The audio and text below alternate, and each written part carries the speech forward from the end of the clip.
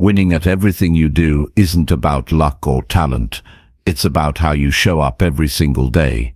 This book will walk you through clear steps that anyone can take to improve their life, build resilience, and develop habits that lead to real success. You'll learn how to take control of your time, sharpen your focus, and push yourself beyond comfort so growth becomes natural.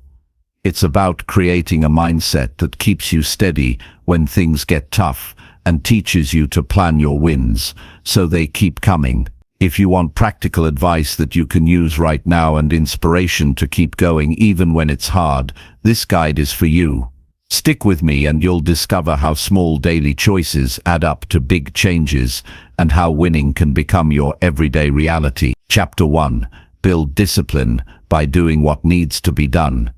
Discipline is not something you are born with, it's something you build, not once, not twice, but every day. It doesn't start in some grand moment of inspiration, it starts with the smallest task you don't feel like doing. It starts the moment you feel resistance, and do it anyway. Most people wait for motivation to appear, they wait to feel ready. But that moment rarely comes. What separates those who win in life from those who don't is simple.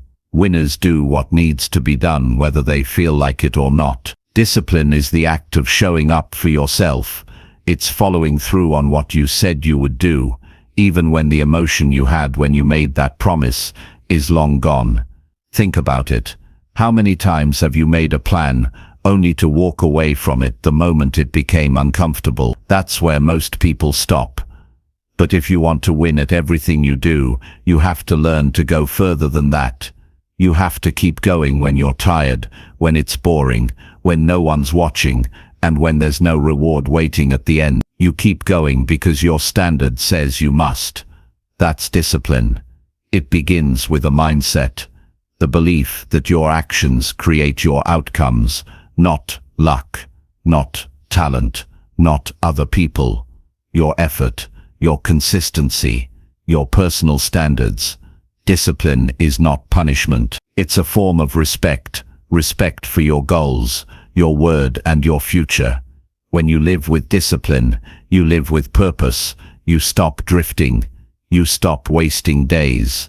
You stop giving in to temporary feelings that sabotage your long-term success. If you wake up and the first thing you do is hit snooze, you've already chosen comfort over growth. And it doesn't end there. You skip the workout, delay the task, eat the food you promised not to, scroll for hours on your phone. Then the day ends, and you wonder why nothing changed, why you feel stuck. It's where your actions are not aligned with the life you say you want. Discipline changes that. It replaces regret with pride. It replaces chaos with order. It replaces weakness with strength. But it only happens when you stop negotiating with yourself. Start small. Don't try to change everything in a day. Choose one thing that matters, something you've been avoiding, and do it. Not halfway, not rushed. Do it complete. Whether it's waking up at the time you said you would, finishing a task without checking your phone, or eating a clean meal instead of what's convenient. These are small acts, but they build something powerful inside you. Confidence, integrity, strength.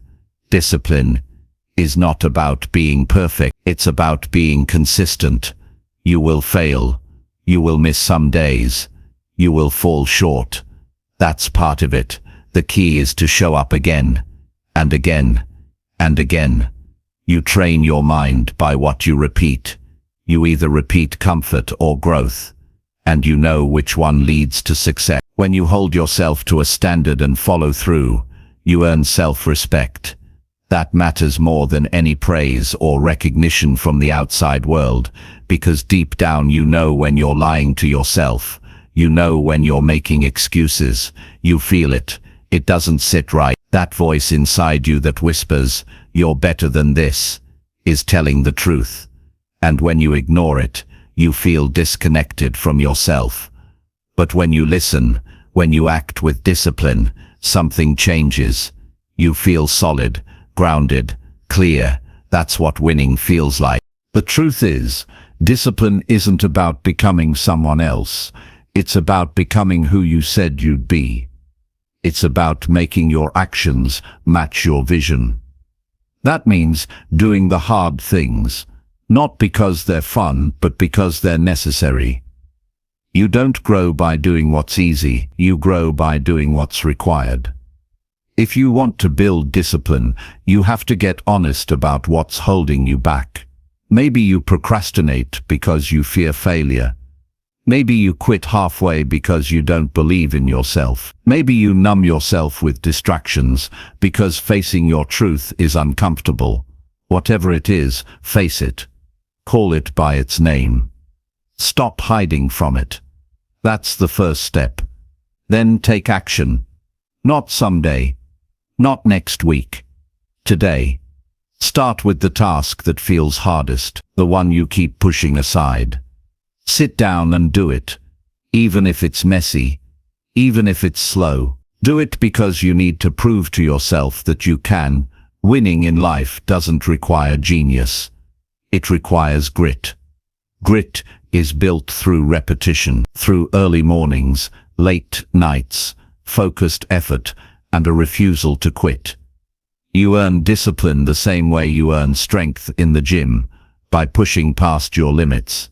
Every time you do something difficult instead of easy, you build mental muscle, and the more you train it, the stronger it gets. Understand this, you don't need more motivation, you need more follow-through.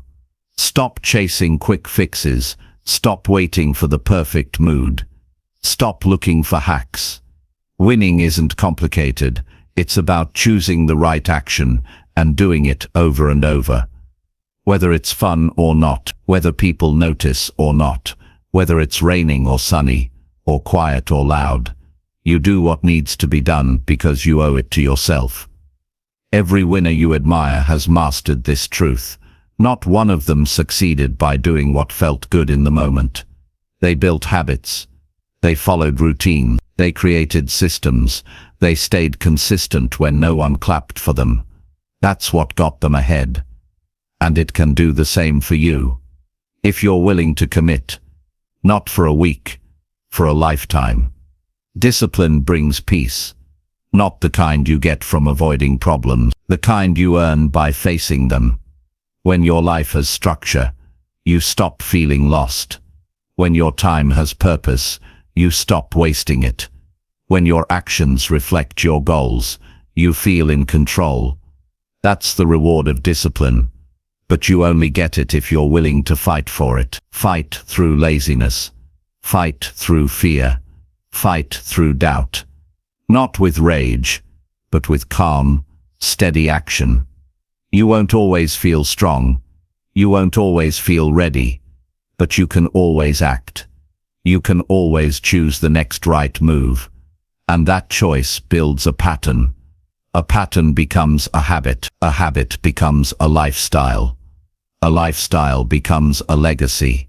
This is how discipline transforms everything. It's not magic. It's effort. It's not overnight. It's daily.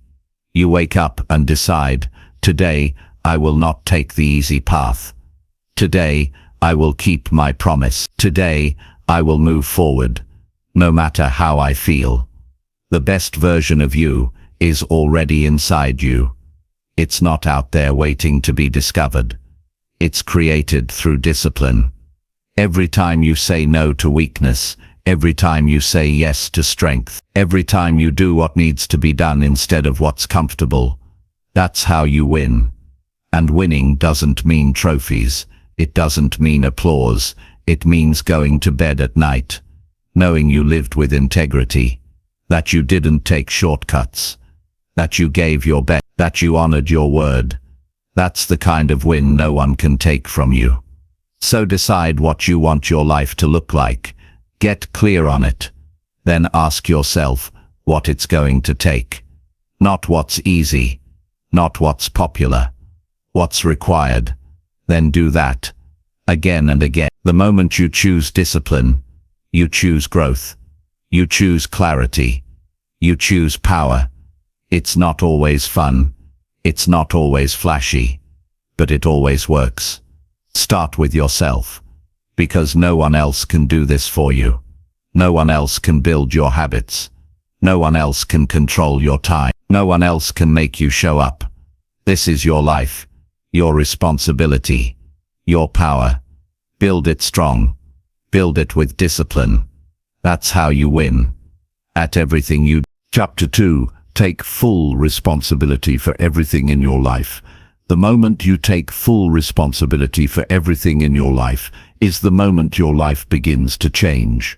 Not partly, not eventually, immediately, because until you take ownership, you stay stuck, you stay waiting, you stay blaming.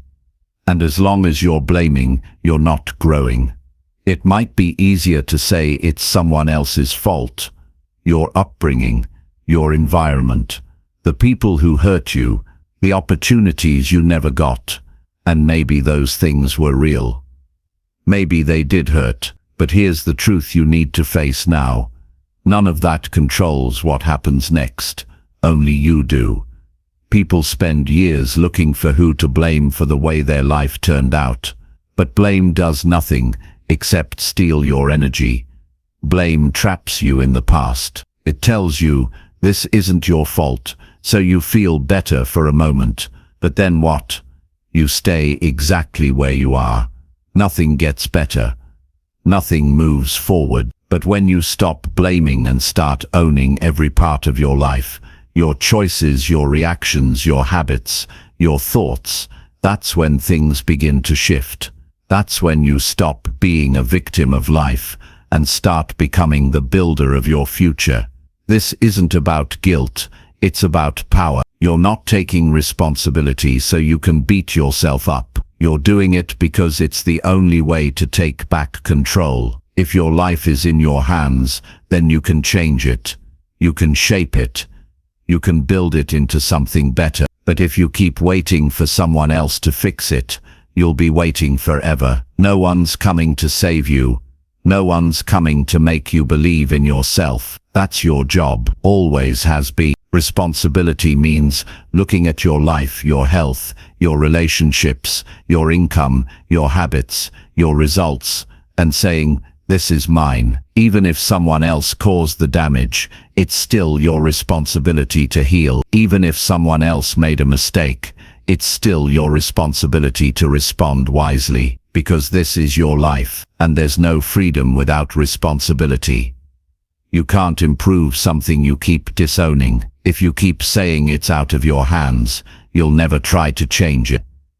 If you say it's not your fault, then you never have to be honest with yourself. That's the trap. That's how people live stuck for years, because it feels easier to stay the same and say it's not me, than to admit you have work to do. But real growth starts when you stop running from the truth. The truth that your choices shape your life. The truth that you are the common denominator in every situation you walk into. And that's not a weakness. That's your advantage. When something goes wrong, most people's first reaction is to look outward. They think, who made this happen? But a responsible person looks inward first. Not to assign blame, but to understand what they can do better. That shift changes everything. It moves you from being reactive to proactive, from being helpless to powerful, and that power compounds. Every time you take ownership of a situation, you gain more clarity. You stop wasting time complaining. You start finding solutions. You stop waiting for perfect condition. You start doing what you can with what you have. The truth is, no one owes you anything. Not the world. Not your family. Not your employer. Not your past. No one is responsible for your progress but you. And the moment you embrace that truth is the moment you become unstoppable. Because if no one owes you anything, then nothing can hold you back. No excuses, no delays, no stories about how things should have gone. Only action, only growth, only your next step. You might not be responsible for what happened to you, but you are responsible for what you do about it now.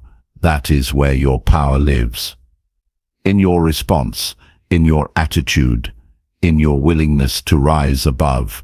Because people will disappoint you, life will test you, things will fall apart, but those are not reasons to quit. They're reasons to become stronger. They're invitations to level up. But you can only accept those invitations if you believe your response matters. That's what responsibility is. It's choosing to respond with strength, even when it's hard, especially when it's hard. And yes, it's hard. It's hard to admit when you've messed up. It's hard to own your part in a broken relationship. It's hard to face the habits that are keeping you small. It's hard to stop blaming and start reflecting. But avoiding that truth doesn't make things easier. It just makes them heavier. The more you avoid responsibility, the more chaos you invite into your life. But when you own your choices, even the bad ones, you create peace. Because you're not pretending anymore. You're not hiding. You're facing your life with your eyes open. And that's how change begins. Taking responsibility doesn't mean you never feel pain. It means you don't let pain define your future. It doesn't mean you never get discouraged. It means you don't let discouragement stop you. It means you get back up.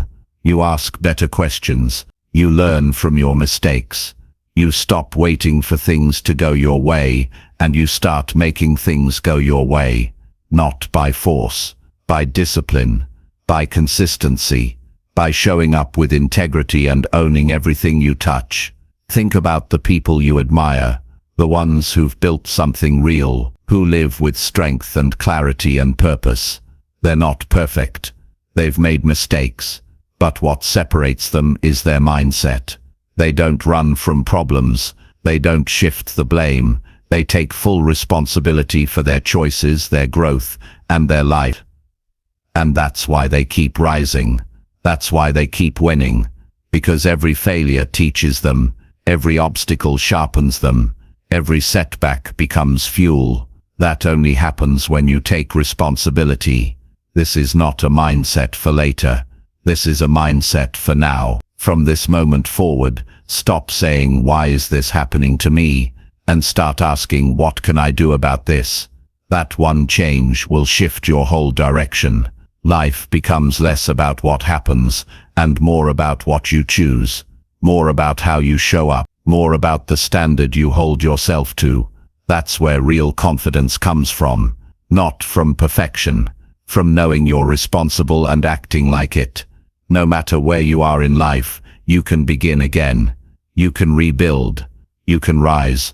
But you have to own your path. You have to stop waiting. Stop blaming. Stop doubting. You have to say to yourself, "This is my life, and I'm ready to take control of it." That decision alone will separate you from most people. Because most people stay stuck in stories.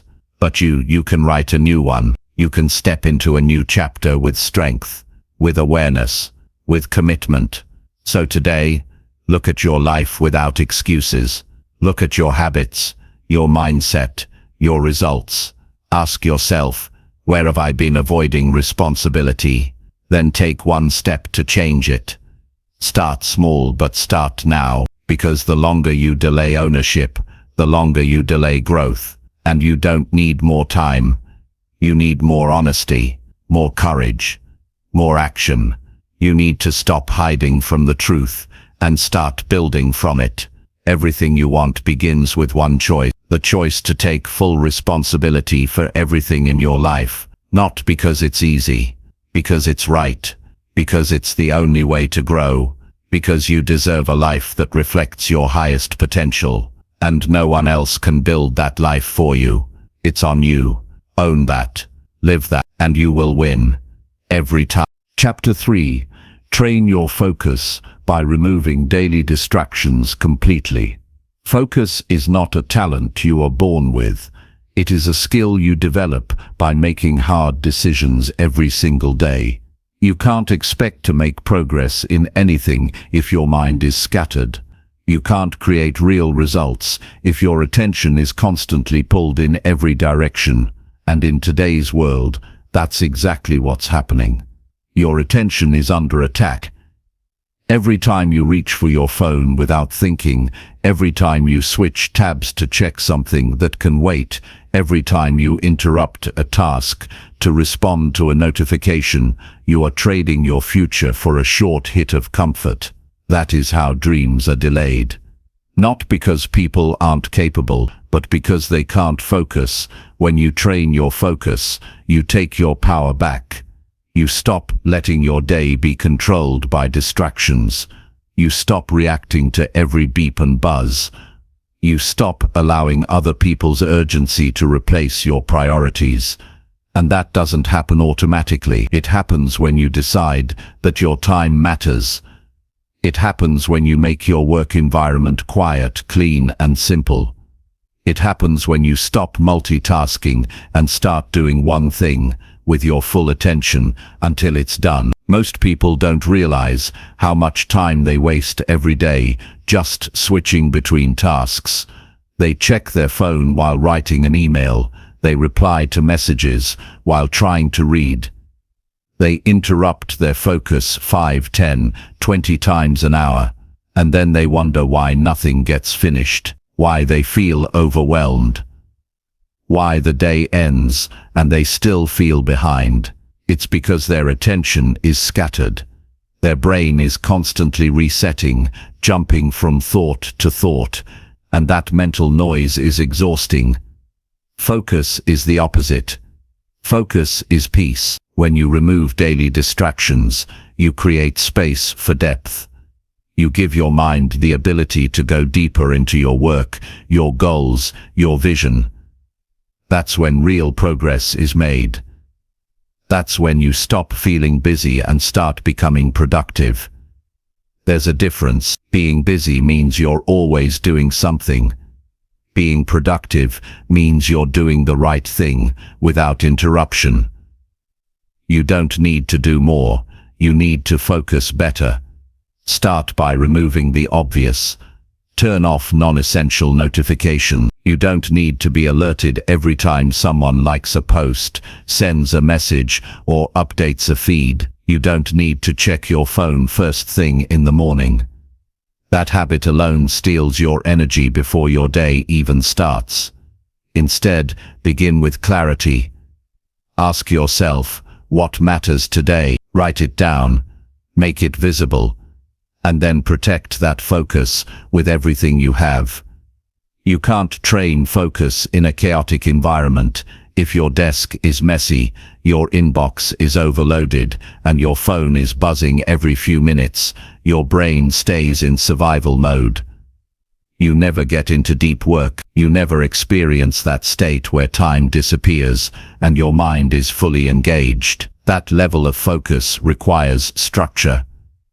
It requires silence. It requires you to remove what doesn't matter so that what does can finally get your full strength. Distraction is a habit, and so is focus. Every time you choose to stay with one task instead of jumping to another, you strengthen that habit. Every time you resist the urge to check your phone, you train your attention. It's not always easy. Sometimes it feels boring. Sometimes your brain wants to escape. But that discomfort is the training. That's the moment you grow. That's how you sharpen your mind and build the ability to stay with something until it's complete. Focus is freedom. When you can direct your mind where you want it to go and keep it there, you control your day. You finish what you start. You stop rushing. You stop forgetting. You stop feeling scattered. Instead, you create rhythm. You create momentum.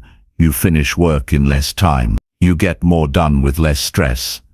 That's the power of a focused mind. But to stay focused, you need rules. Not for other people, for yourself. You need to decide when you check messages. You need to decide what apps don't belong on your phone. You need to decide how long you'll work without interruptions. These rules protect your time, and your time is your life. If you don't defend it, you lose it. Not all at once, but minute by minute, hour by hour, until weeks go by, and you wonder why you're not where you want to be. It always comes back to attention. You can't afford to lose your focus every few minutes.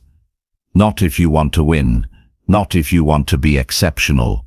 The people who are building something meaningful in their lives are not living in distraction. They are locked in. They are intentional. They know what matters, and they protect it. That's not about being perfect. It's about being disciplined. It's about choosing clarity over chaos. And you can do that today, not next week. Now, choose a time block every day when you will focus on your most important task. No phone, no messages, no distractions, just you and the work. It doesn't have to be long. Even 1 hour of pure focus is worth more than a full day of half attention. Train your brain to stay in that space. The first few days will be hard.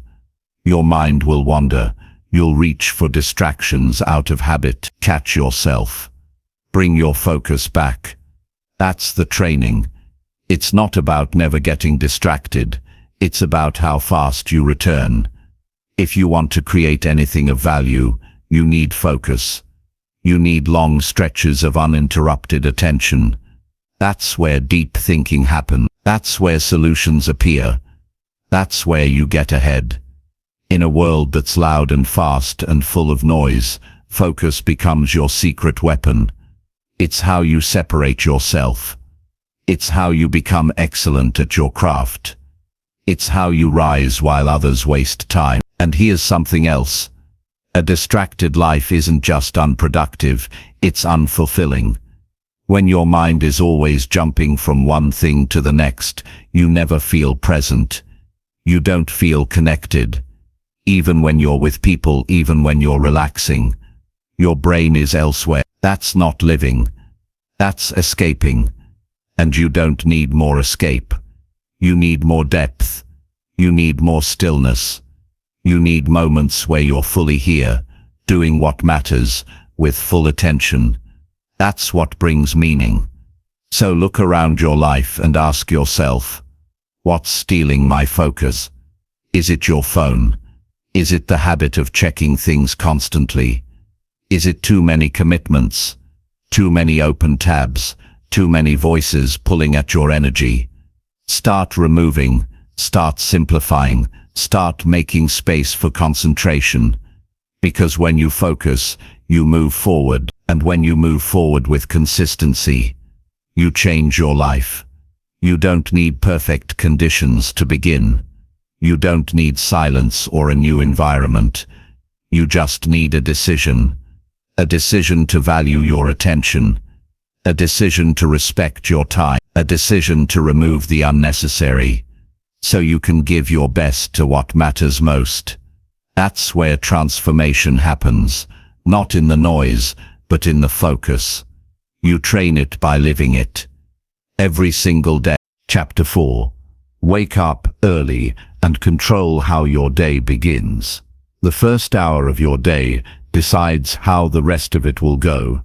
If you wake up rushed, reactive, and already behind, that energy follows you. It shows up in how you think, how you speak, and how you handle problems. But if you wake up early, with intention and structure, you take control. You don't wait for the day to happen, you shape it. You begin on your terms, with clarity instead of chaos. And that single decision to get up before the world demands your attention can change the direction of your entire life. Most people hit snooze because they're tired, not just physically, but mentally. They dread the day before it even begins, because their mornings are not their own. They wake up late, rush through everything, and let urgency run the show. But that's not how you win. Winning starts in the quiet moments. Before the emails, before the calls, before the noise. That early space is your edge. You get to decide who you are in it. You get to move your body, read something valuable, plan your time, and think without distraction. No one is pulling at you yet. No one is asking for anything. That time is yours, and what you do with it determines what you get from the rest of the day. Waking up early isn't about perfection or some unrealistic routine. It's about ownership. It's about saying, I care enough about my life to start it right.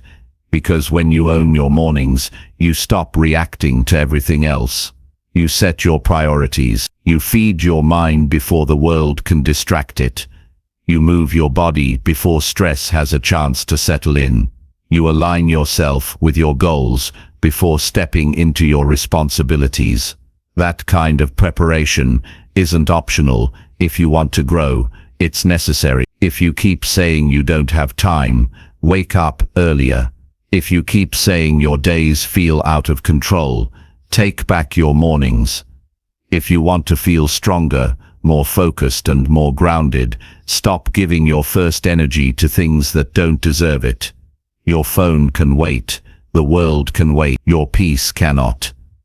Give yourself the quiet to breathe, to reflect, to decide what kind of person you're going to be today, and then follow through on it. The truth is, the hardest part is getting out of bed. That's where most people lose, not because they can't wake up early, but because they haven't built the reason deep enough to care. You need a reason stronger than your excuses. You need a vision that makes your comfort less important. That vision begins with asking yourself, what would my life look like if I started every day with clarity and control? Imagine that. Not just once, but every day. Waking up with a plan. Waking up with calm. Waking up not needing to escape, because you're already aligned with your purpose. You don't have to change your life overnight. Start with one morning. Set your alarm an hour earlier than usual. Don't scroll. Don't rush. Just sit. Breathe. Think. Journal. Stretch. Plan. Hydrate. Read something that challenges your mind. Do one thing that builds momentum. Even something small. That hour will stretch. You'll get more done. You'll feel ahead. You'll start seeing what's possible when your mind is clear and your time is your own. That feeling becomes addictive. It becomes your standard. People who win don't stumble into their days. They enter them with structure, with quiet confidence, with rituals that prepare them mentally, physically, and emotionally. You can build those too. They don't have to be complicated. The most powerful ones are often the simplest. A short workout, a written plan, a healthy breakfast, 10 minutes of reflection. Consistency is what matters, not intensity. You're not trying to impress anyone. You're trying to build a strong foundation you can stand on. There's something powerful about knowing you've already taken care of yourself before most people have opened their eyes. That energy carries into your work, into your conversations, into the way you handle pressure. You feel less reactive because you've already been intentional. You feel less overwhelmed because you've already decided what matters most. That's the difference between surviving the day and leading it. And yes, some mornings will feel hard. You'll be tired. You'll want to hit snooze. You'll feel the pull of old habits. But in those moments, remind yourself, comfort is temporary. Growth is permanent. Every time you get up when it's hard, you prove something to yourself. You build trust. You build grit. You build a different kind of strength, the kind that doesn't need outside motivation to act. That's what early mornings teach you. That you don't need to feel ready. You just need to move. Changing your life doesn't always come from massive decisions. Sometimes it's as simple as getting out of bed when you said you would. Sometimes it's setting the tone instead of letting the world set it for you. When you master your mornings, you begin to master your days. And when you master your days, you shape your weeks, your months, your future. It all begins with a decision to rise earlier than your doubts, to claim your time before distractions take it, to lead your life from the very first moment you open your eyes. Don't aim for perfect mornings, aim for consistent ones. If you wake up and don't feel inspired, show up anyway. If you wake up and your plan changes, adapt without losing your focus. Keep showing up, even when it's inconvenient. Especially when it's inconvenient, because that's how real discipline is built, in the hours where no one is watching, in the decisions no one applauds, in the routines that feel boring but build your foundation day by day. You don't need to be a morning person, you need to be a person who chooses growth over comfort. That choice doesn't happen once. It happens every morning when the alarm goes off. That moment is your test. It's also your opportunity to step into your day with purpose, to stop reacting and start leading, to stop surviving and start building. If you want to live on your terms, stop waking up on everyone else's. Your mornings set the tone for your character. Not what you say about your goals, but what you do when no one is looking. How you start your day is how you face your challenges, with discipline, with clarity, with consistency. Win your mornings, and the rest of the day follows. Not by luck, by design. And that design starts now. Not someday, not when you feel ready. Now. So tomorrow, when the alarm rings, remember who you're becoming. Remember why you're getting up. And do it without delay. That's how you take control. That's how you win. Chapter 5. Push yourself daily to do something uncomfortable now. Growth doesn't happen when life is easy. It happens when you face discomfort and move through it without hesitation. The problem is most people avoid that feeling. They avoid difficult conversations, tough decisions, new challenges, and anything that might stretch them.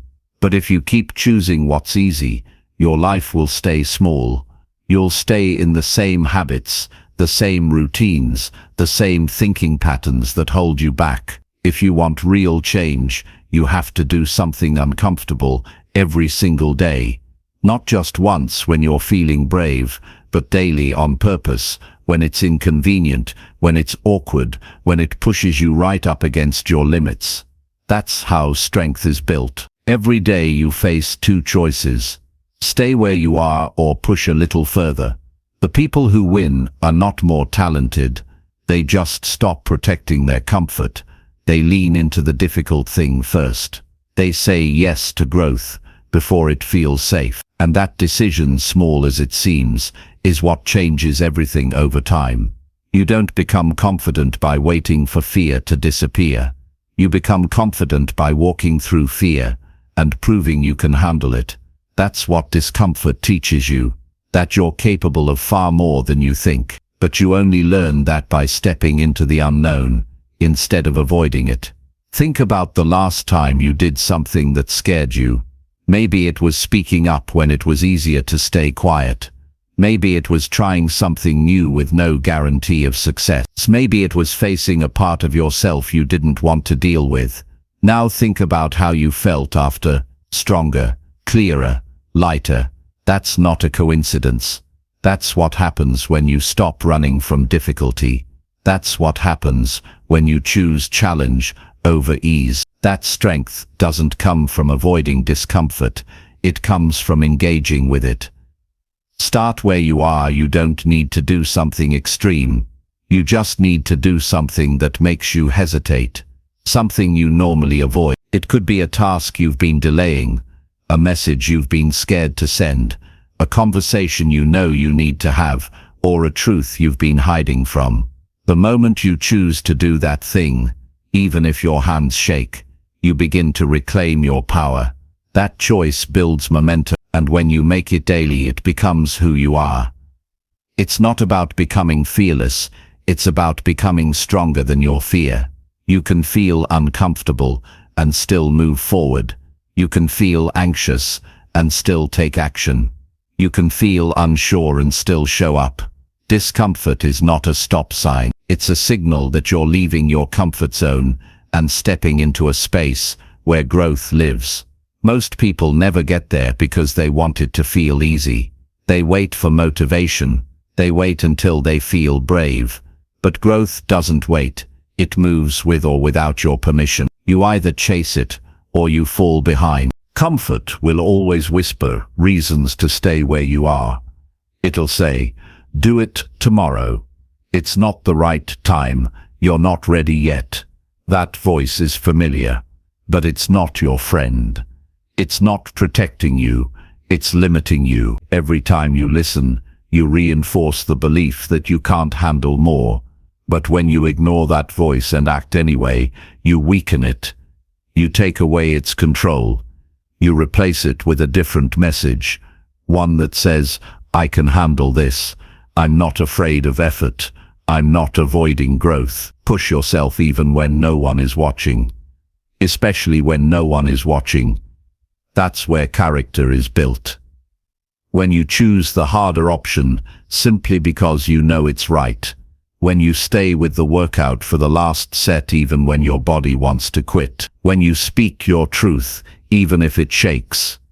When you ask for help even if pride tells you not to. These moments seem small, but they stack. They change your mental wiring. They turn effort into a habit.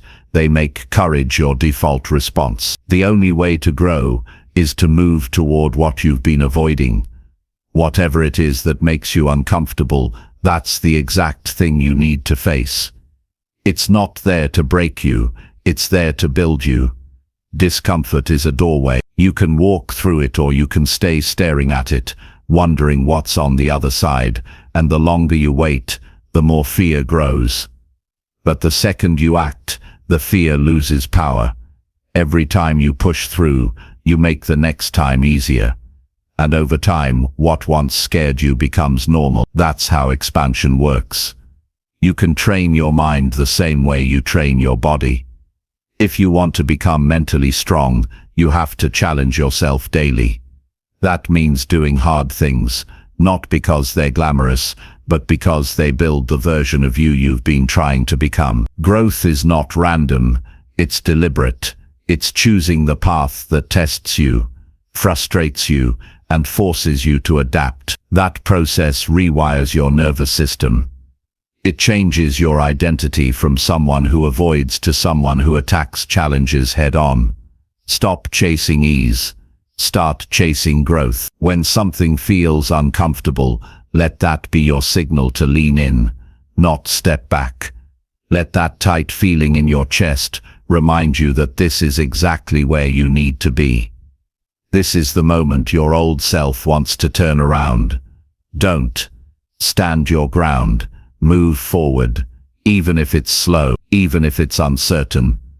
The direction is what matters. Every step through discomfort is a step towards strength, courage, clarity, and resilience. Discomfort won't break you. Avoiding it will. If you keep living small, you'll start to feel it. In your confidence, in your decision, in the way you shrink yourself around others. But the moment you do one thing that makes you uncomfortable, even just once a day, you start building something unshakable inside you. And over time, you stop seeing discomfort as a threat. You start seeing it as the place where you come alive. There will always be resistance. That doesn't mean something is wrong. It means something important is about to happen. So instead of asking, how can I make this easier? Start asking, what can I do that scares me just enough to grow? That's the question that will lead you. That's the question that will wake you up and push you forward when everything in you wants to stay still. You don't have to like discomfort, you just have to use it. Use it to level up. Use it to build strength. Use it to break old patterns. Use it to remind yourself that fear has no final say. You do.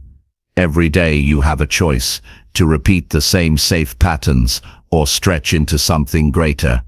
Choose to stretch. Choose to show up even when it's hard. Choose to push past the edge again and again until what was once uncomfortable becomes your new normal. That's how you win, not in one big moment of courage, but in the daily decision to face what's difficult now, instead of putting it off for later. Later doesn't come. Now is all you have.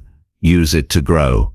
Use it to rise. Use it to build the kind of life that can only come from the other side of discomfort. Chapter 6. Finish what you start, no matter how hard. Finishing what you start is not about being gifted. It's about being consistent when things stop being exciting. Anyone can start with motivation. Anyone can show up when things are new and full of energy. But very few keep going when it becomes repetitive, when it takes longer than expected, when it feels like no one notices. That's where most people give up, not because they aren't capable, but because they didn't train themselves to finish. If you want to build a life you're proud of, you have to stop quitting halfway. You have to stop breaking promises to yourself. The real win is not in starting. It's in sticking with it until the last step is done. When you don't finish what you start, you weaken your belief in yourself. You create a pattern where doubt grows stronger than discipline. Each unfinished project, each abandoned commitment, each goal that you said mattered but left incomplete, those moments stack, and they change how you see yourself. You stop trusting your word. You stop believing you'll follow through. You begin to expect failure instead of progress. But the moment you decide to complete things, even when they're tough, even when you're tired, you start rebuilding that trust. You start seeing yourself as someone who finishes, no matter what. Finishing is a decision. You don't wait for the perfect mood. You don't need more time. You don't need approval. You just need to stop giving yourself the option to quit. When you remove that exit, you force yourself to find a way forward. You figure it out. You push through resistance. You adapt. That's where real growth lives. In the middle, where you don't feel like it, but you show up anyway. No one talks about how hard it is to stay committed once the excitement fades. But that's the truth. The energy that pushes you at the start doesn't last. After a few days or weeks, reality kicks in. The process becomes slow. Results take time. And you realize this goal won't just hand itself over. You'll have to fight for it. That's the test. That's where most people stop. But if you want to win, you have to finish. Even when you're no longer in love with the process. Even when it gets boring. Even when you feel like you're not making progress. The discipline to finish anyway is what creates results. Every time you complete something you started, you gain more than an outcome. You gain character. You gain control over your time, your habits, your mindset. You learn that effort beats emotion. That dedication is louder than excuses. That the future belongs to people who don't stop just because things are uncomfortable. There's no pride in quitting. There's no fulfillment in walking away before the breakthrough. The pride comes when you cross that line, knowing you earned it, because you refused to give up. You're not doing this to impress anyone. You're not doing it to prove something to the world. You're doing it because you want to become the kind of person who finishes what they start. That means staying locked in on your goals when distractions show up. That means staying consistent, even when results don't show up right away. That means deciding in advance that quitting is not an option. Finishing doesn't always feel good. It often feels exhausting. Sometimes it feels lonely. It usually feels inconvenient. But nothing you're proud of was built in comfort. You don't look back on the things you gave up on with pride. You remember the moments you finished, especially when it was hard. That's what defines you, not the easy wins, but the ones you had to earn with discipline, patience, and relentless follow-through. You're not going to be excited every step of the way. Some days you'll feel like you're dragging yourself forward. That's part of it. Progress isn't always obvious, but it's there, being built silently behind the scenes, one completed task at a time. One promise kept at a time, 1 hour of focused effort at a time. That's how you finish anything that matters. Not in one big leap, but in quiet, steady, consistent action. Sometimes you'll be tempted to chase something new, a fresh idea, a different plan, something that feels easier or more exciting. But understand this, starting over feels good temporarily. It gives you a new high, but if you keep abandoning things when they get hard, you'll never build anything lasting. New isn't better, finished is better.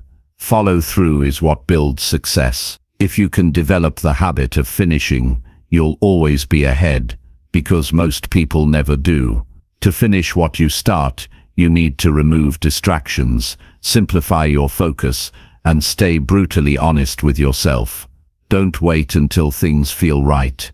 Create structure, set small targets, break the goal down if you have to. But don't stop. You can adjust your pace, but you don't abandon the mission. If you're tired, rest. If you're unsure, slow down and reflect. But don't give in to the voice that tells you it's not worth it. It's always worth it. If you made a promise to yourself, the process of finishing rewires your identity. It replaces doubt with confidence. It replaces procrastination with discipline, and it creates momentum. Once you complete one thing, it becomes easier to complete the next. Your brain learns that your actions match your intentions, that you mean what you say, that you can rely on yourself. That feeling is rare. Most people never experience it fully because they're too busy quitting when things get tough. But you can choose differently. Don't let the difficulty of the process become an excuse. Let it become your reason. The harder it is, the more it will mean when it's done. The more resistance you face, the stronger you'll be when you overcome it. That's the reward, not just the result you get at the end, but the person you become on the way there. That's why you finish. Not because it's easy, but because it's who you are now. Start finishing the little things first. The task you keep avoiding, the message you've been meaning to send, the commitment you made last week.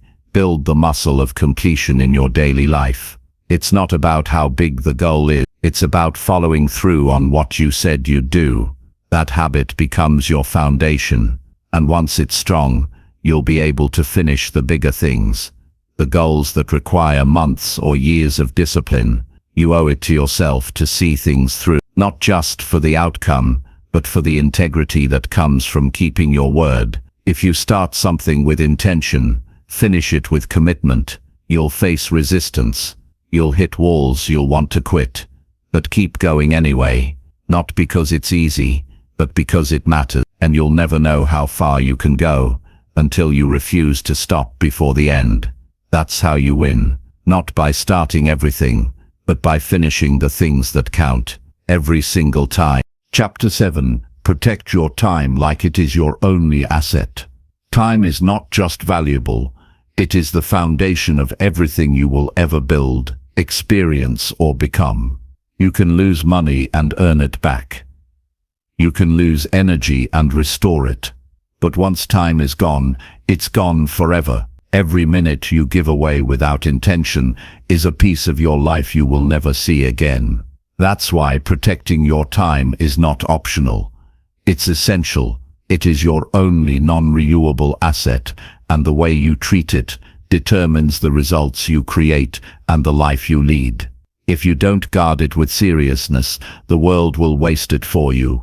Other people's demands, distractions, and expectations will consume it before you even realize what's happening. And at the end of the day, you'll be left with regrets about what you didn't start, didn't finish, and didn't experience, because you gave your time to things that didn't matter. To protect your time, you first need to understand that no one else will do it for you. People will take as much as you allow. They won't mean harm. They'll just ask. They'll interrupt, they'll expect. And if you haven't decided what your time is worth, you'll give it away freely. You'll say yes too often. You'll attend things out of guilt. You'll answer every message as it comes. You'll spend hours doing things that make no difference to your progress. and all of it will feel normal. Until one day you realize years have passed and your goals haven't moved an inch. You need boundaries, not because you're selfish, but because your time is limited. You can't do everything. You can't be everywhere. You can't say yes to every invitation, every request, every random idea. You have to choose. You have to decide that some things are worth your time and some things are not. That means learning to say no without apology. That means walking away from conversations, activities, and people who don't align with the direction you're trying to go. That means scheduling your time like it matters, because it does. The people who get things done are not more talented or lucky. They're just more intentional with how they spend their hours. They don't let distractions run their lives. They plan their days before the world does. They have routines. They have cut-off times. They protect their mornings. They schedule thinking time, learning time, work time, and rest time. They treat each hour like it's currency, because it is, and they know once it's spent, it's gone. There are no refunds on wasted time. If you want to succeed, you have to get serious about where your time goes. Start tracking it. Start measuring how many hours you spend scrolling, procrastinating, or reacting to things that don't matter. Be honest with yourself. It's not about being perfect. It's about getting clear. Once you see the truth, you can adjust. You can start putting your energy into things that matter. Your goals, your learning, your health, your relationships, your growth. Every minute you take back becomes a tool you can use to build the life you actually want. You don't need more hours in the day. You need to use the hours you have more wisely. That means removing the noise. That means simplifying. That means turning off notifications, closing unnecessary tabs, and creating quiet spaces to think and work without interruption. It means checking your phone on your terms, not every 5 minutes out of habit. It means cutting meetings that could have been handled with a message. It means doing less, but doing it better. Your time should reflect your priorities. If your schedule is filled with things you don't care about, that's a sign your boundaries are weak. If you say you value growth, but spend hours on distractions, your time is out of alignment. Real success comes when your time matches your values. When your calendar reflects what actually matters to you, not what's convenient, not what others expect, not what's urgent, but what truly moves your life forward. You also need to protect your time emotionally, not just from external distractions, but from your own patterns. Doubt wastes time. Overthinking wastes time. Perfectionism wastes time. Waiting for the perfect moment wastes time. You don't need to overplan. You need to take action. You need to do the next step and adjust as you go. The more you hesitate, the more hours slip away, and those are hours you'll never get back. Make time for what matters and remove what doesn't. Be ruthless. Audit your environment. Audit your habits. Audit the people you allow access to your attention. You don't owe your time to everyone. You don't need to explain your schedule to people who don't understand your goals. This is your life, and if you want to make something of it, you need to lead it. You need to protect it from noise, from drama, from meaningless obligations. Even rest must be intentional. Mindless breaks aren't real rest. Rest with purpose. Sleep with consistency. Step away from your work to recover, not to escape. Time spent recovering is not wasted. It's what allows you to show up strong the next day. But don't confuse that with hours spent numbing yourself. Protecting your time also means using your breaks wisely, so your energy stays sharp and focused. One of the biggest lies people tell themselves is, "I'll do it later." That lie is the thief of time. It sounds harmless, but it stacks up, and every time you say it, you push your goals into a future that never arrives. If something matters, do it now. If you can take a step today, take it. Don't wait. Don't plan endlessly. Use your time while you have it. Later isn't guaranteed. Tomorrow doesn't owe you anything. Today is the only time that's real, and how you use it is up to you. Time is the great equalizer.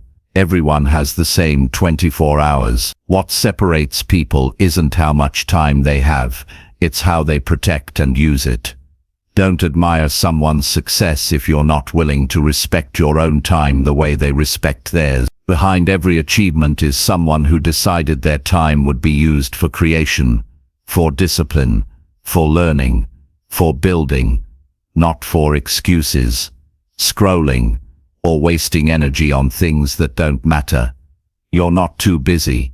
You're just not yet aligned with what matters. Protecting your time will force you to let go of things that feel good temporarily, but cost you in the long run. That's a hard trade, but it's the only way to get your life back. You can't live fully if your time is being stolen.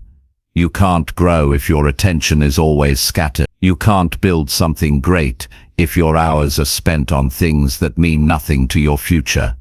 So make the decision, right now. Decide that your time matters more than comfort, more than approval, more than distraction. Start treating every hour like a decision. Start planning your day before the world does. Start saying no to things that don't move you forward, because once you lose this time, it's gone. But while you still have it, you have everything you need to create something extraordinary. Use it well. Protect it fiercely. Live like your time is your only asset, because it is. Chapter 8. Track your progress every day to stay accountable. Progress doesn't just happen. It's built through repetition, reflection, and personal responsibility.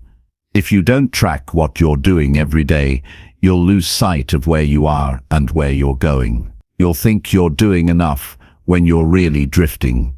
You'll assume you're making progress when you're just staying busy. Without measurement, your effort is blind. Without accountability, your motivation fades. You might start with energy, but you won't last unless you check in with yourself every single day. Tracking your progress is how you stay honest. It's how you stop lying to yourself about what you're really doing with your time, your focus, and your goals. Daily tracking is not about being perfect. It's about clarity. It shows you what's working and what isn't. It exposes the gaps in your effort. It forces you to face the truth instead of running from it.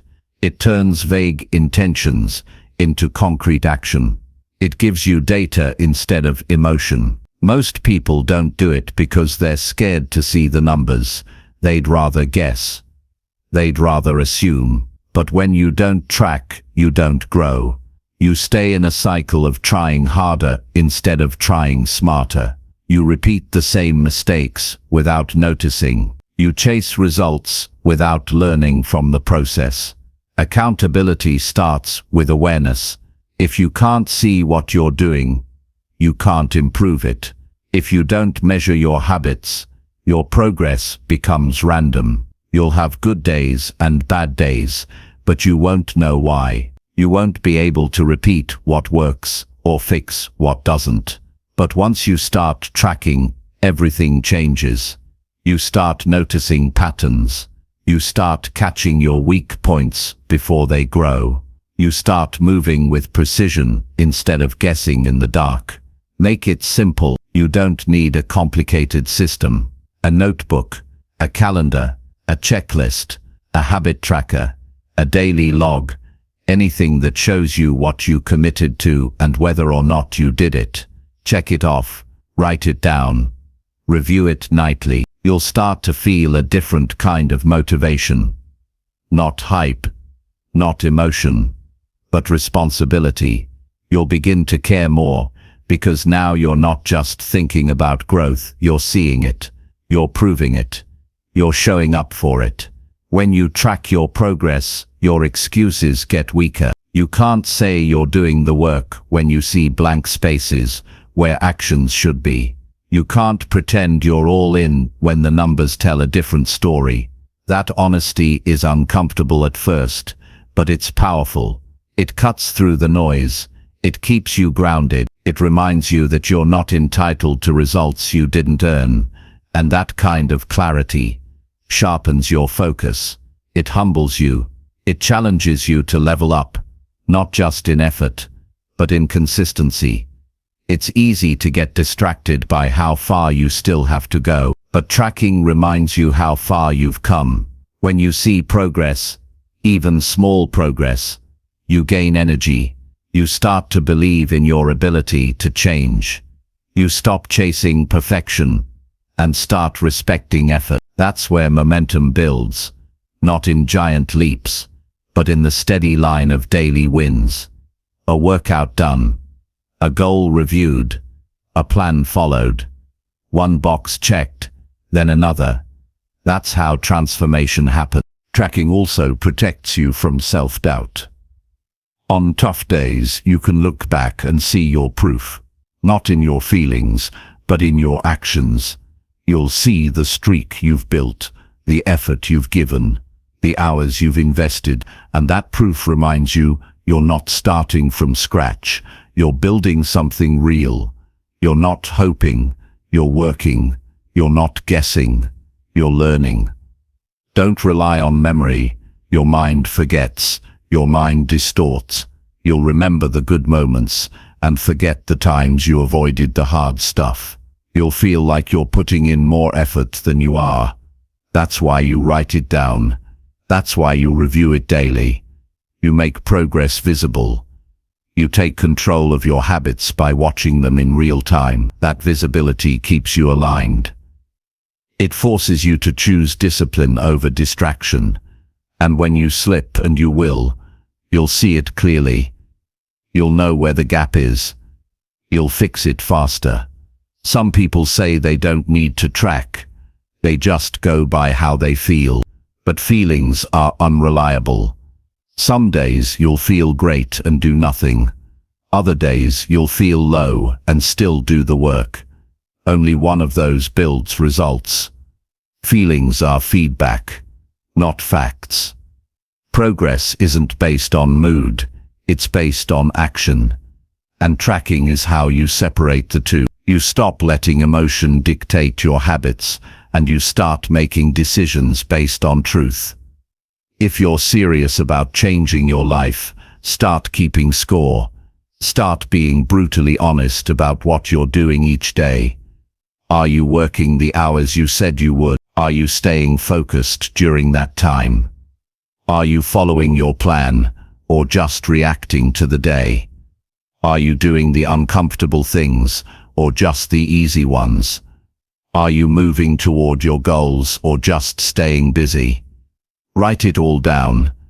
Then ask yourself if you're on track. If the answer is no, adjust. Don't complain. Don't delay. Adjust and move. Your progress is your responsibility. No one else can do it for you. No one else can hold you accountable the way you can hold yourself. And it starts with a pen and paper, or an app, or a chart, anything that forces you to look at your habits every day. No hiding, no hoping, just tracking and taking ownership. Because once you know what you're doing, you can change it. Once you see the pattern, you can improve it. That's where control begins. Track your goals. Track your routines. Track your mindset. Write down your thoughts at the end of each day. What worked? What didn't? Where did you stay disciplined? Where did you slip? What are you going to change tomorrow? These reflections don't take long, but they compound. They make you sharper. They make you more intentional. They keep you engaged with your growth. You're not just showing up. You're learning. You're refining. You're becoming someone who leads themselves. There's no shortcut. There's no perfect system. But there is a way to make steady, consistent progress. It's not glamorous. It's not exciting. It's daily tracking. Quiet, clear, personal. The people who grow the most are the ones who check in with themselves the most. They don't rely on motivation. They track. They review. They improve. and they do it again tomorrow. You don't have to be the smartest. You don't have to be the fastest. You just have to be the most consistent. And the only way to stay consistent is to stay accountable. The only way to stay accountable is to measure. The only way to measure is to track. Start today.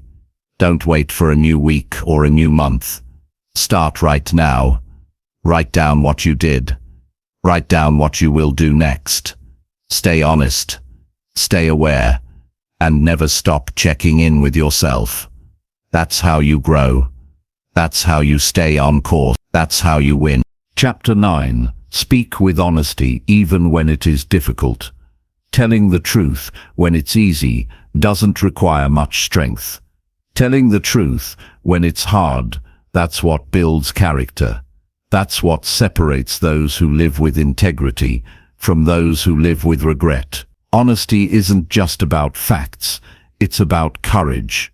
It's about standing in your own values when it would be safer to stay quiet. It's about saying what you really think when it might make others uncomfortable.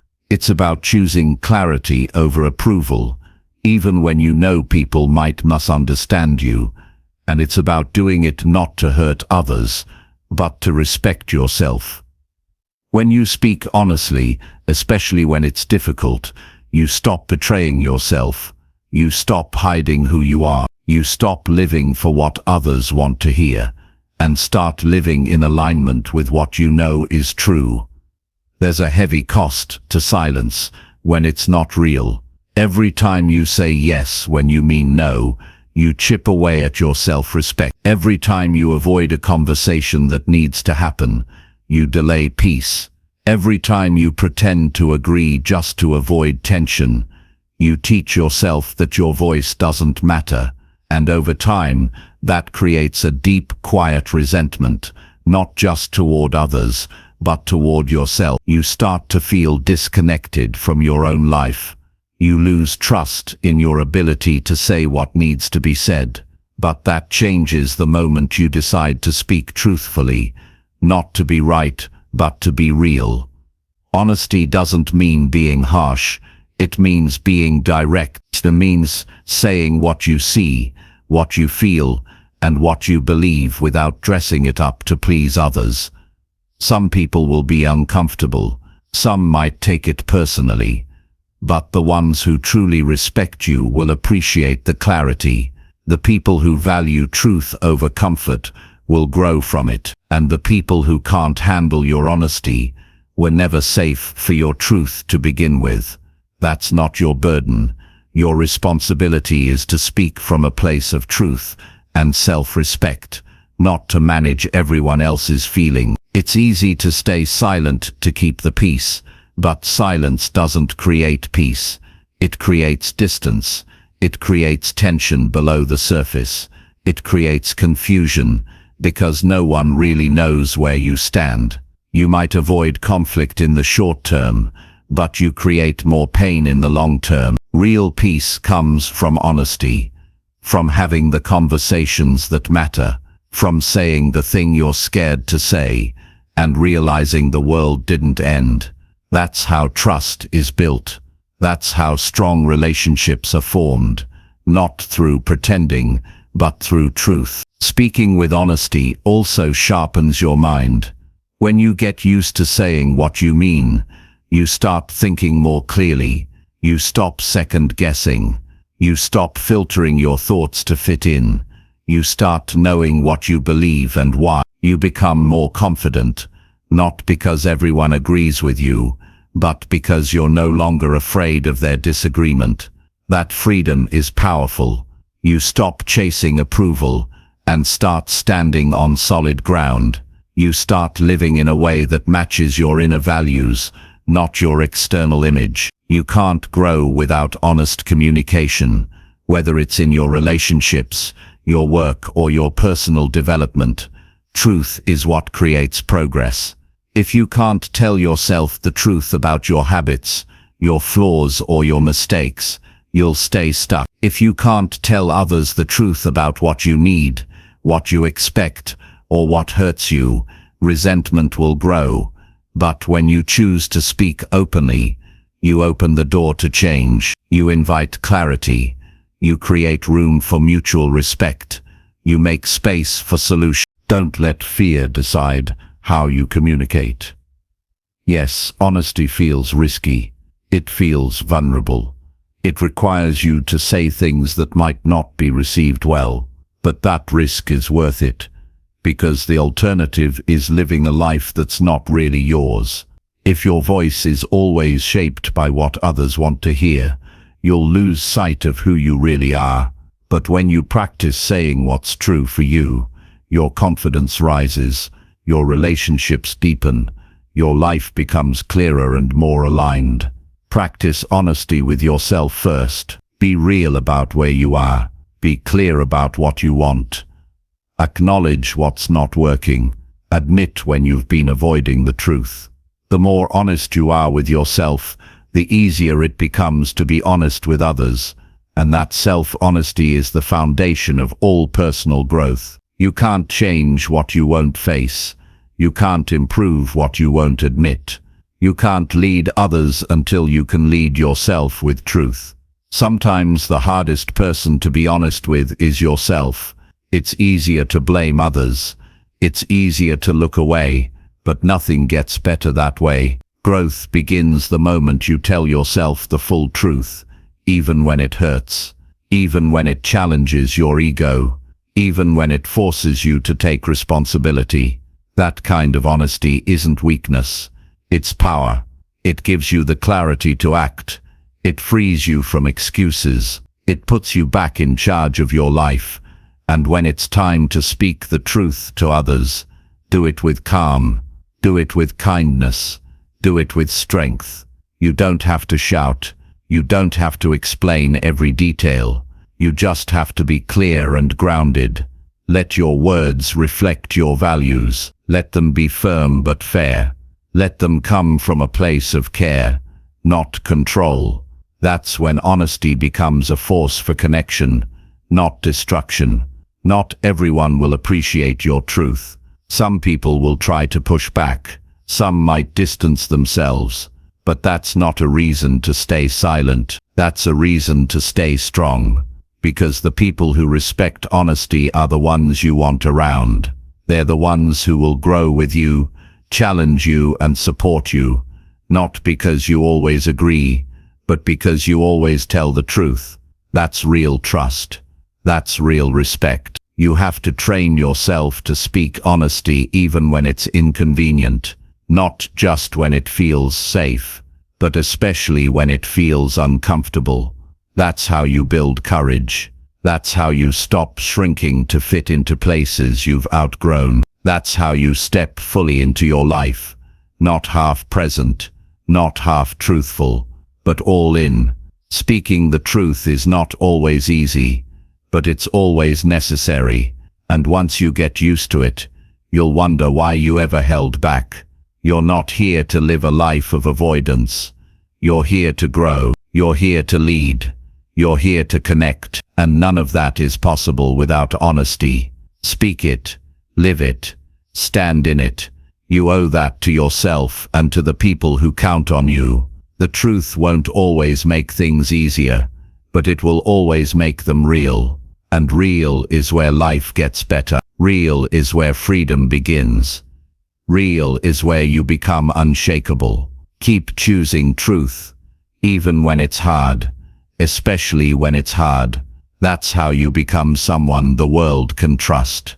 That's how you become someone you can trust. Chapter 10. Keep learning new skills that improve your daily value. Learning new skills is not just a choice. It is a necessity for growth and staying relevant in every area of life. The world changes fast, and those who stop growing risk falling behind. But learning isn't about accumulating random knowledge. It's about acquiring abilities that increase your daily value.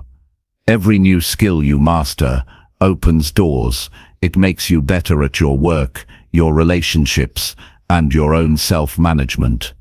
It sharpens your mind and builds your confidence. When you commit to continuous learning, you invest in yourself, That investment pays off in better decisions, greater opportunities, and stronger resilience against setbacks. Skills build your ability to solve problems, create value, and adapt to change. Without them, you become stuck relying on what you already know, which grows outdated with time. When you learn, you refresh your mindset, you develop new ways of thinking, you discover new methods for tackling challenges, you improve your communication and collaboration. These improvements don't just make your life easier, they make you indispensable in any environment. Your skill set becomes your competitive advantage. It's how you stand out in a crowded world. It's how you earn respect and open doors that were previously closed. Start by identifying the skills that matter most for your current goals and future ambitions. Focus on what will move the needle in your daily life and work.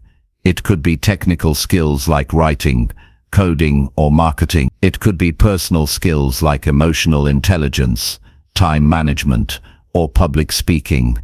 It could be physical skills like fitness or healthy cooking. Whatever it is, commit to mastering it step by step. Learning doesn't have to be overwhelming or complicated. It can be as simple as dedicating 15 minutes a day to practice or study. Small, consistent effort beats rare bursts of intensity every time. When you learn, don't just consume information passively, engage actively, practice regularly, apply what you learn immediately. The value of a skill comes from using it, not just knowing it exists. The moment you start applying a new technique or concept, you reinforce your learning and begin building confidence. You make the knowledge yours. You gain practical experience that deepens your understanding. That experience will pay off when you face real challenges, and you'll be ready because you've trained ahead of time. Learning new skills also keeps your brain healthy and flexible. It builds neural connections that improve memory, focus, and creativity. It helps you stay sharp and mentally agile. The process of learning trains you to overcome frustration, persist through failure, and celebrate progress. These mental habits spill over into every area of your life. They strengthen your resilience and your ability to handle uncertainty. When you commit to learning, you're not just gaining skills, you're building a mindset that embraces growth and possibility. Don't be afraid to start at the beginning. Everyone begins as a beginner. The most successful people have been beginners many times. What separates them is that they keep moving forward. They don't let the initial difficulty stop them. Instead, they embrace the discomfort as part of the process. They ask questions, they seek feedback, they adjust and keep going. That mindset is what allows them to improve every day, to level up their skills continuously, to become experts through consistent effort. Avoid the trap of thinking learning ends with formal education or certifications. Real learning happens every day in real situations. It happens when you solve problems, ask for help, teach others, or reflect on your experience. It happens when you read books, listen to podcasts, watch tutorials, or take courses, but only if you put that knowledge into action. The value of learning is in transformation. If you don't apply what you learn, it's just entertainment or background noise. Surround yourself with people who encourage growth. Join communities or groups focused on the skills you want to build. Being around others who are learning keeps you motivated and accountable. It exposes you to different perspectives and new ideas. It pushes you to raise your standards. Collaboration can accelerate your progress and help you avoid common mistakes. Learning doesn't have to be a lonely journey. It thrives in connection. Set clear learning goals to maintain focus. Instead of vague plans like, I want to get better, choose specific targets. I will learn to write effective emails this month, or I will practice public speaking once a week. Clear goals guide your effort and make your progress measurable. They give you a roadmap to follow and a way to celebrate milestones. When you achieve a goal, it builds momentum and confidence to tackle the next one. Keep a learning journal or log. Write down what you're working on, what you've learned, and what challenges you faced. Reflect on how new skills are impacting your daily life. This practice increases your awareness and helps you internalize your progress. It also creates a record of growth that you can look back on when you feel stuck or discouraged. Seeing how far you've come fuels motivation and commitment. Remember that setbacks are part of learning. You will make mistakes. You will struggle. You will fail. That's normal and necessary. What matters is how you respond. Use failures as feedback, not excuses. Analyze what didn't work. Adjust your approach. Keep practicing. Growth comes from persistence and willingness to improve, not from avoiding difficulty. Investing in your skill set is investing in your future. It prepares you for opportunities that don't exist yet. It gives you flexibility to navigate change. It increases your earning potential and your ability to create impact. But beyond practical benefits, learning new skills enriches your life. It opens your mind. It connects you to new communities. It gives you confidence to try new things. It keeps life interesting and meaningful. Don't wait for motivation or perfect conditions to start learning. Take the first step today, no matter how small.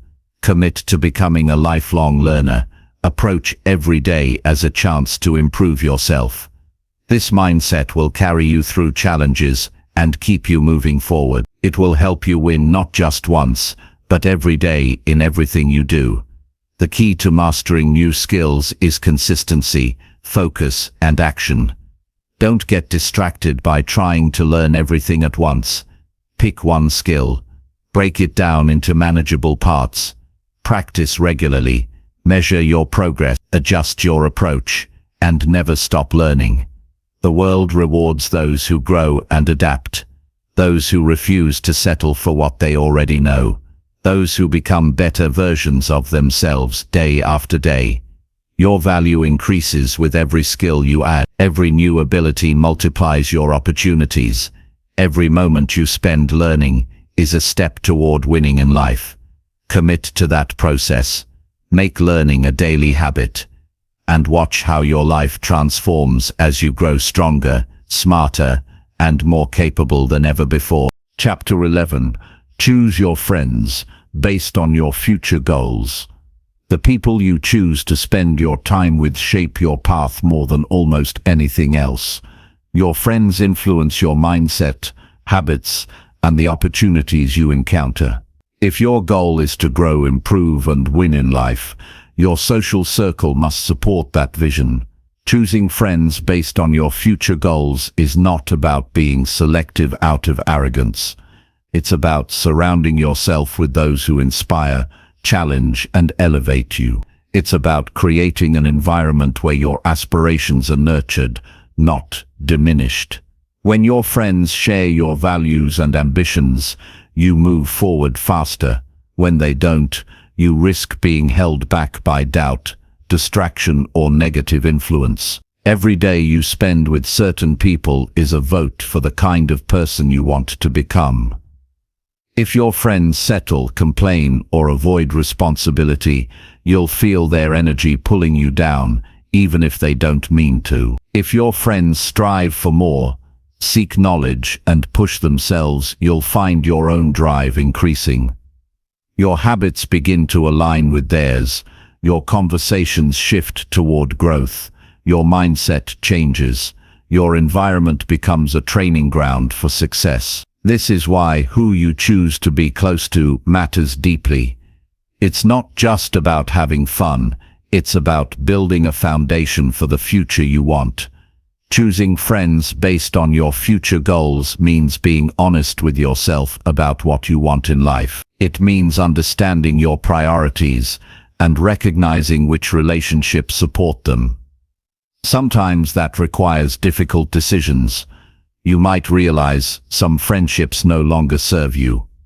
You might notice patterns of negativity or complacency. You might find that certain people don't respect your time, your dreams, or your boundaries.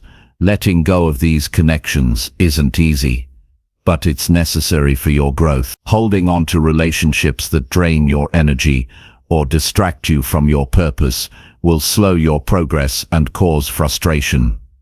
Invest in friendships that challenge you to improve. Seek people who hold you accountable. Find those who celebrate your wins without jealousy and encourage you through setbacks without judgment. These friends push you out of your comfort zone and keep you focused on your goals. They don't let you settle for less. They inspire you to raise your standard. They provide honest feedback and support your growth even when it's uncomfortable. Building a network like this creates a powerful safety net that helps you keep going when motivation fades. Remember that relationships are two-way streets. As you choose friends aligned with your future, become the kind of friend who adds value. Share your knowledge, encourage their goals, be dependable and trustworthy. Growth happens when both people lift each other. When you contribute positively, you build strong, lasting connections that enrich your journey. These relationships become sources of strength, inspiration, and shared success. Surrounding yourself with people who match your future goals also exposes you to new opportunities. Your network shapes what you know, where you go, and who you meet. If your circle is filled with ambitious, driven individuals, you'll find doors opening that you never expected. You'll discover new paths, ideas, and partnerships. Your social environment becomes a catalyst for your success, accelerating your progress in ways you couldn't achieve alone. On the other hand, if your friends lack ambition or settle for comfort, you limit your exposure to growth. That environment makes it harder to break free from old patterns and reach higher levels. Be intentional about where and how you meet new friends. Join groups, communities, or events related to your interests and goals. Engage with people who inspire you through books, podcasts, or social media, and reach out to connect. Building friendships aligned with your vision takes effort and courage. It means stepping outside your comfort zone and investing time in meaningful relationships. But the payoff is immense. You'll build a tribe that fuels your passion and helps you stay committed to winning. It's important to balance ambition with empathy and authenticity. Choosing friends based on your goals doesn't mean judging or using people. It means valuing honesty and respect in your relationship. It means being patient as others grow at their own pace. Not everyone around you will share your exact path, but that doesn't mean they can't support you. Some friendships are about mutual respect and encouragement, even if interests differ. The key is that your friends respect your journey and you respect theirs. Avoid toxic relationships that drain your time, energy, or confidence. These can be subtle, constant negativity, gossip, jealousy, or unreliability. Toxic friends often undermine your progress without you realizing it. They distract you with drama or pull you into unhealthy habits. Protecting yourself from these influences is a form of self-respect. It allows you to focus on growth without unnecessary resistance. Choosing friends aligned with your future also improves your emotional resilience. When you face setbacks, having supportive friends who understand your goals helps you recover faster. They remind you why you started. They provide encouragement when doubt creeps in. They celebrate your wins as if they were their own. This emotional support is vital for long-term success. It reduces loneliness and boosts your confidence. It reminds you that you're not alone in your journey. As your goals evolve, your friendships will too. Be open to new connections that reflect your current ambitions. Let go of relationships that no longer fit your path. This ongoing evaluation keeps your social circle dynamic and powerful. It keeps you connected to the people who matter most for your growth. Don't be afraid to make changes. Your future self will thank you for choosing friends who help you become who you want to be. Surround yourself with those who challenge your thinking and expand your perspective. Diverse friendships bring new ideas and experiences. They prevent stagnation. They encourage creativity and problem solving. Choose friends who push you beyond your limits, but also those who provide balance and grounding. A well-rounded social network supports every part of your growth, mental, emotional, and practical. Take responsibility for creating the friendships you need. Don't wait for others to change or come to you. Reach out, be vulnerable, invest time and energy. The relationships that support your future goals require intentionality and care. They grow stronger with shared experiences, honest communication, and mutual respect. The quality of your friendships directly impacts the quality of your life. When your friends align with your goals, you gain motivation, clarity, and direction. You become more focused and driven. You create momentum that carries you forward even when challenges arise. This alignment gives you the strength to stay consistent and the inspiration to aim higher. Choosing friends based on your future goals is a lifelong process. As you grow, your needs and priorities will shift. Stay mindful of who you allow close to your energy. Regularly reflect on whether your relationships support or hinder your progress. Adjust accordingly. This ongoing effort ensures that your social environment remains a source of strength and inspiration. In the end, your friendships are a reflection of who you are and who you want to become. Choose wisely, choose intentionally, build connections that fuel your dreams and push you to win. Surround yourself with people who believe in your potential and hold you accountable to your highest self. Your future depends on the company you keep. Choose friends who help you rise. Choose friends who help you win. Chapter 12. Stop complaining and take action on your problems. Complaining is easy. It feels natural to vent about problems, to point out what's wrong, and to express frustration. But complaining never solves anything. It wastes your energy and keeps you stuck in a cycle of negativity. When you complain, you focus on the problem instead of the solution. You give your power away to circumstances instead of taking control. Complaining feels like release, but it actually holds you back. The moment you complain is the moment you decide to stay stuck instead of moving forward. If you want to win at everything you do, complaining has to stop. It's not just about being positive, it's about choosing action over helplessness. Taking action on your problems means accepting that you have control over your response. You might not control what happens to you, but you control how you respond. That's the real power. When you stop complaining, you open space for solutions. You clear your mind to think strategically. You take responsibility for your life instead of blaming others or circumstances. This shift is crucial. It transforms you from a passive victim into an active creator. It puts you in the driver's seat. It demands courage, but it also offers freedom. Problems are inevitable in life. No one escapes challenges. What separates winners is not the absence of problems, but the ability to deal with them effectively. Winners see problems as opportunities for growth. They don't deny difficulties or pretend everything is perfect. They acknowledge reality without resistance. Then they decide what to do next. This mindset allows them to move forward with clarity and confidence, rather than getting stuck in complaints and excuses. When you face a problem, the first step is to stop talking and start listening. Listen to what the problem really is, define it clearly. Often complaints come from vague feelings of dissatisfaction or frustration.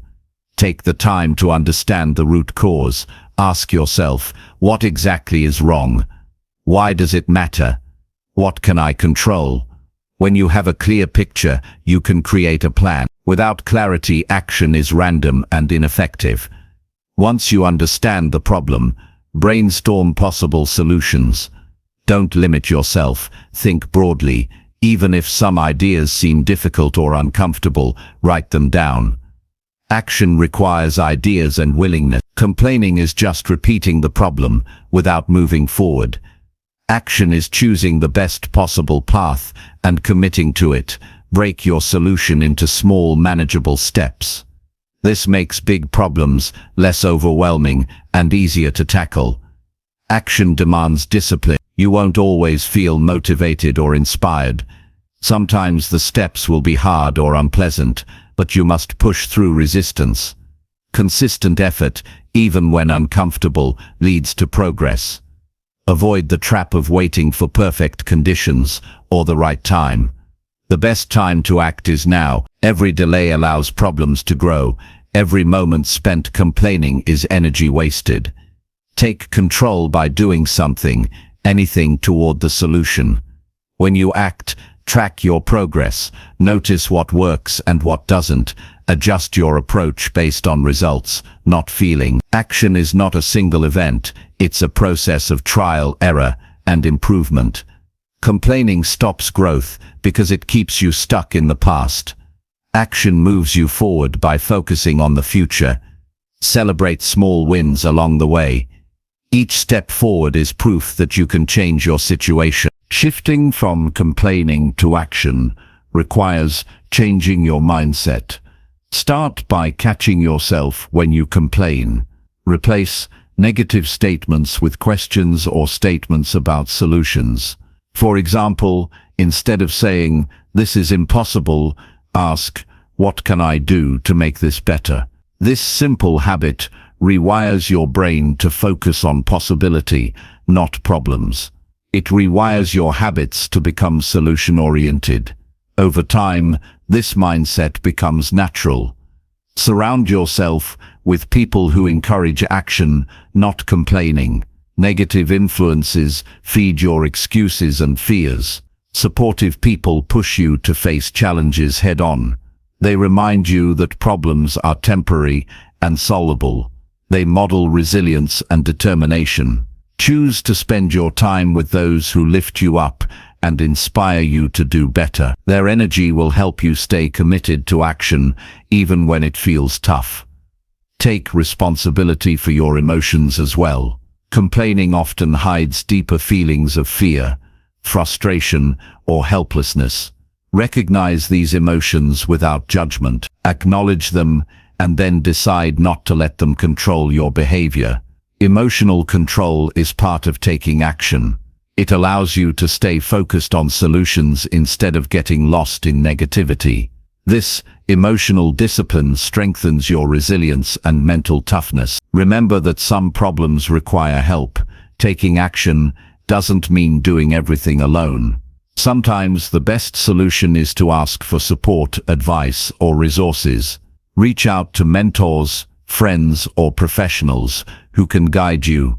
Asking for help is an active step, not a sign of weakness. It shows that you are committed to solving your problems, no matter the obstacles.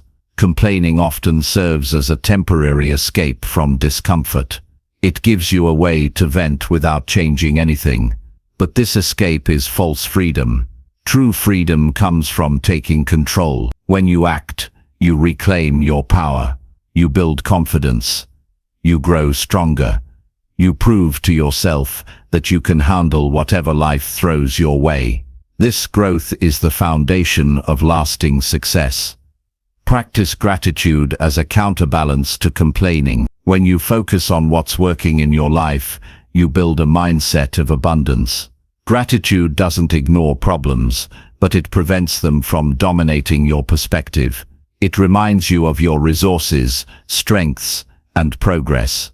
This positive focus fuels your motivation to act. It shifts your energy from frustration to determination. Stop waiting for external conditions to change. Complaining often masks a desire for others to fix your problems, or for circumstances to improve on their own.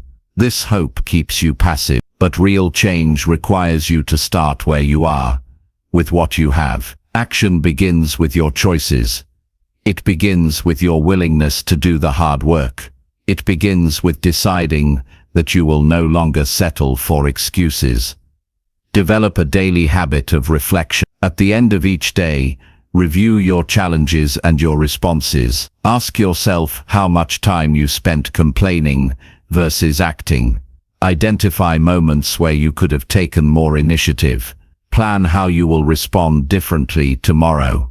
This habit builds awareness and accountability. It strengthens your ability to move from complaining to doing. Understand that problems are part of the growth process. Instead of fearing difficulties, welcome them as tests of your commitment. Each problem solved makes you more skilled, more confident, and more prepared for future challenges. Complaining slows down this process by focusing on pain instead of progress. Taking action accelerates it by turning obstacles into stepping stones. Stop complaining and start acting. This simple decision is the turning point between frustration and freedom. It's the choice that separates winners from bystanders. The moment you commit to action, you reclaim control of your life. You transform challenges into opportunities. You build momentum that carries you forward. That momentum turns small steps into big wins. It creates a life defined by progress, resilience, and achievement. When you take action, you show yourself and the world that you are serious about winning. You prove that you can face reality with strength and purpose. You stop being a spectator of your life and become the author of your story. Complaining is a habit that wastes your potential. Action is a habit that unlocks it. Choose wisely. Choose to act. Choose to win. Chapter 13. Make clear decisions without fear or second guessing. Making clear decisions without fear or second guessing is a skill that can transform your life. Too often, people get stuck in endless doubt and hesitation. They replay scenarios in their minds, worry about the worst outcomes, and postpone action. This pattern drains energy and wastes time. When you make decisions with clarity and confidence, you move forward decisively. You create momentum. You avoid the paralysis that holds so many back from achieving their goals.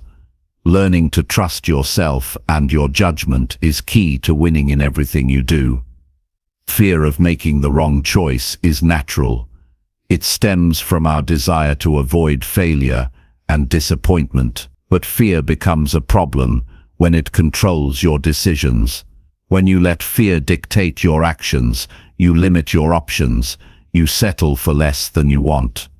You miss opportunities because you're waiting for the perfect moment or perfect information, which often never comes. Fear keeps you stuck in what-if scenarios instead of what-now actions. The truth is, no decision is perfect. Every choice carries risks and uncertainties. The difference lies in your ability to decide anyway and commit fully. Second guessing is the enemy of clarity. It creates a loop of self-doubt that erodes confidence. After making a choice, instead of moving forward, you replay the decision over and over. You ask yourself if you made the right move. You worry about what others think. You imagine alternative outcomes. This mental noise wastes precious energy and slows progress. It's important to recognize that second guessing rarely leads to better decisions. It only leads to confusion and stress. The more you practice making decisions and trusting them, the less you will second guess. Developing clarity in decision-making starts with preparation. Gather the information you need without overloading yourself. Set clear priorities based on your values and goals. When you know what matters most, it's easier to evaluate options quickly. Avoid getting lost in details that don't affect the big picture. Ask yourself, which choice aligns best with my goals? Which one reflects my values? Which one moves me closer to where I want to be? These questions keep your decisions focused and grounded. Accept that uncertainty is part of every decision. There will always be unknowns. You cannot predict every outcome. Embrace this reality instead of fearing it. When you accept uncertainty, you reduce the pressure to be perfect. You free yourself to act decisively, even with incomplete information. This mindset allows you to take risks wisely without being paralyzed by what-ifs. It builds resilience because you understand that mistakes are learning opportunities, not disasters. Build confidence by starting with small decisions. Practice choosing quickly in low-stakes situations. This trains your brain to trust your instincts. It helps you get comfortable with the process of deciding. Over time, you'll develop a habit of action instead of hesitation. Your confidence will grow because you prove to yourself that you can handle the consequences of your choices. This habit will carry over into more important decisions. Trust your intuition, but balance it with reason. Your gut feelings often come from accumulated experience and subconscious knowledge. Don't dismiss them. When something feels right or wrong, pay attention. However, back up your intuition with facts and logic. Combine emotion and reason to make balanced decisions. This approach increases clarity and reduces doubt because you are using both your heart and your mind. Avoid asking too many people for advice, especially when you feel unsure. While it's good to get input from trusted sources, too many opinions create confusion. Everyone's perspective is influenced by their own fears, biases, and experiences. The more voices you listen to, the harder it becomes to trust your own judgment. Seek counsel wisely, then make your own choice. Remember that even experts don't always have the right answers. Your responsibility is to decide what's best for you. Set deadlines for decisions. Open-ended thinking leads to procrastination. When you impose a deadline, you force yourself to focus. Deadlines create urgency, which sharpens your thinking and reduces distractions. They prevent endless rehashing and keep you moving forward. Even if the deadline is self-imposed, it has power. It transforms vague intentions into clear actions. Once you make a decision, commit to it fully. Doubt will arise, but don't let it pull you back. Instead of looking for reassurance, focus on taking the next step. Action builds confidence. Momentum silences fear. Remember that you can adjust your course as you go.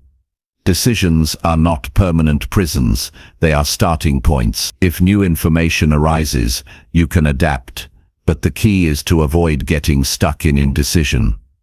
Learn to separate decisions from your identity. Sometimes, fear comes from confusing a mistake with failure. As a person, you might believe that a bad choice means you are a bad person or incapable. This belief is false and dangerous. Everyone makes mistakes.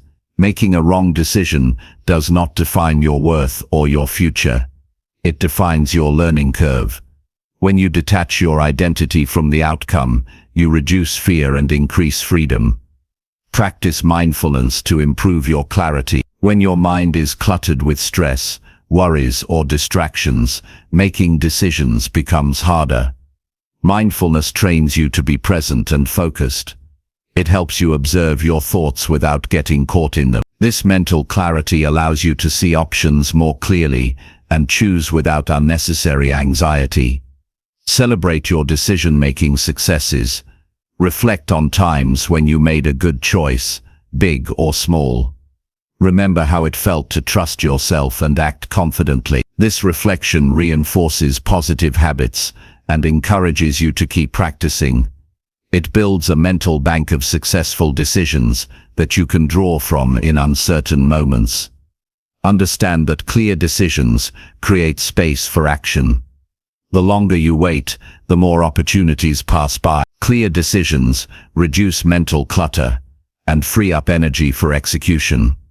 Action is the engine of progress. Without decision, action stalls. Without action, growth halts. Clarity in decision-making is the foundation for consistent progress.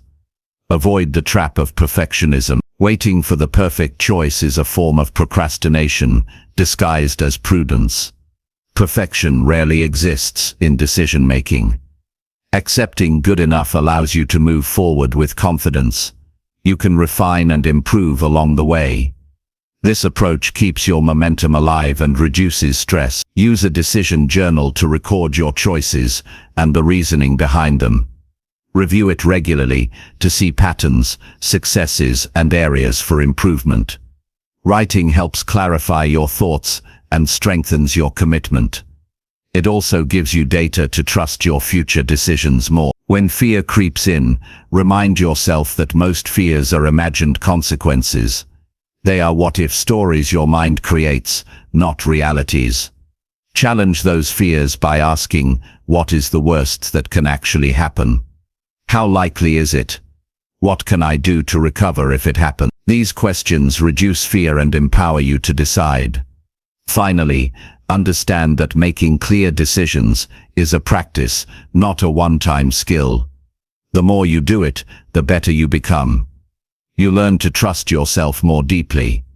You learn to move through fear with courage. You learn to turn uncertainty into opportunity. Clear decision-making is one of the most powerful tools for winning in life. It propels you forward. It builds confidence. It turns your goals into reality. Commit to mastering it and watch how your life changes. Chapter 14. Let go of your past mistakes without regret. Holding on to past mistakes weighs heavily on your mind and spirit. It creates unnecessary burdens that stop you from moving forward.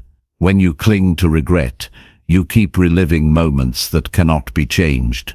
This drains your energy and clouds your vision of the future. Learning to let go of your past mistakes without regret is essential to winning in life. It frees you from the chains of what happened and allows you to focus on what you can control now. Letting go is not about forgetting or ignoring your past.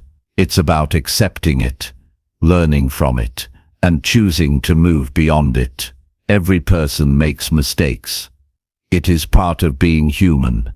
Mistakes teach you lessons no success alone can provide. When you accept this truth, you stop beating yourself up for errors made.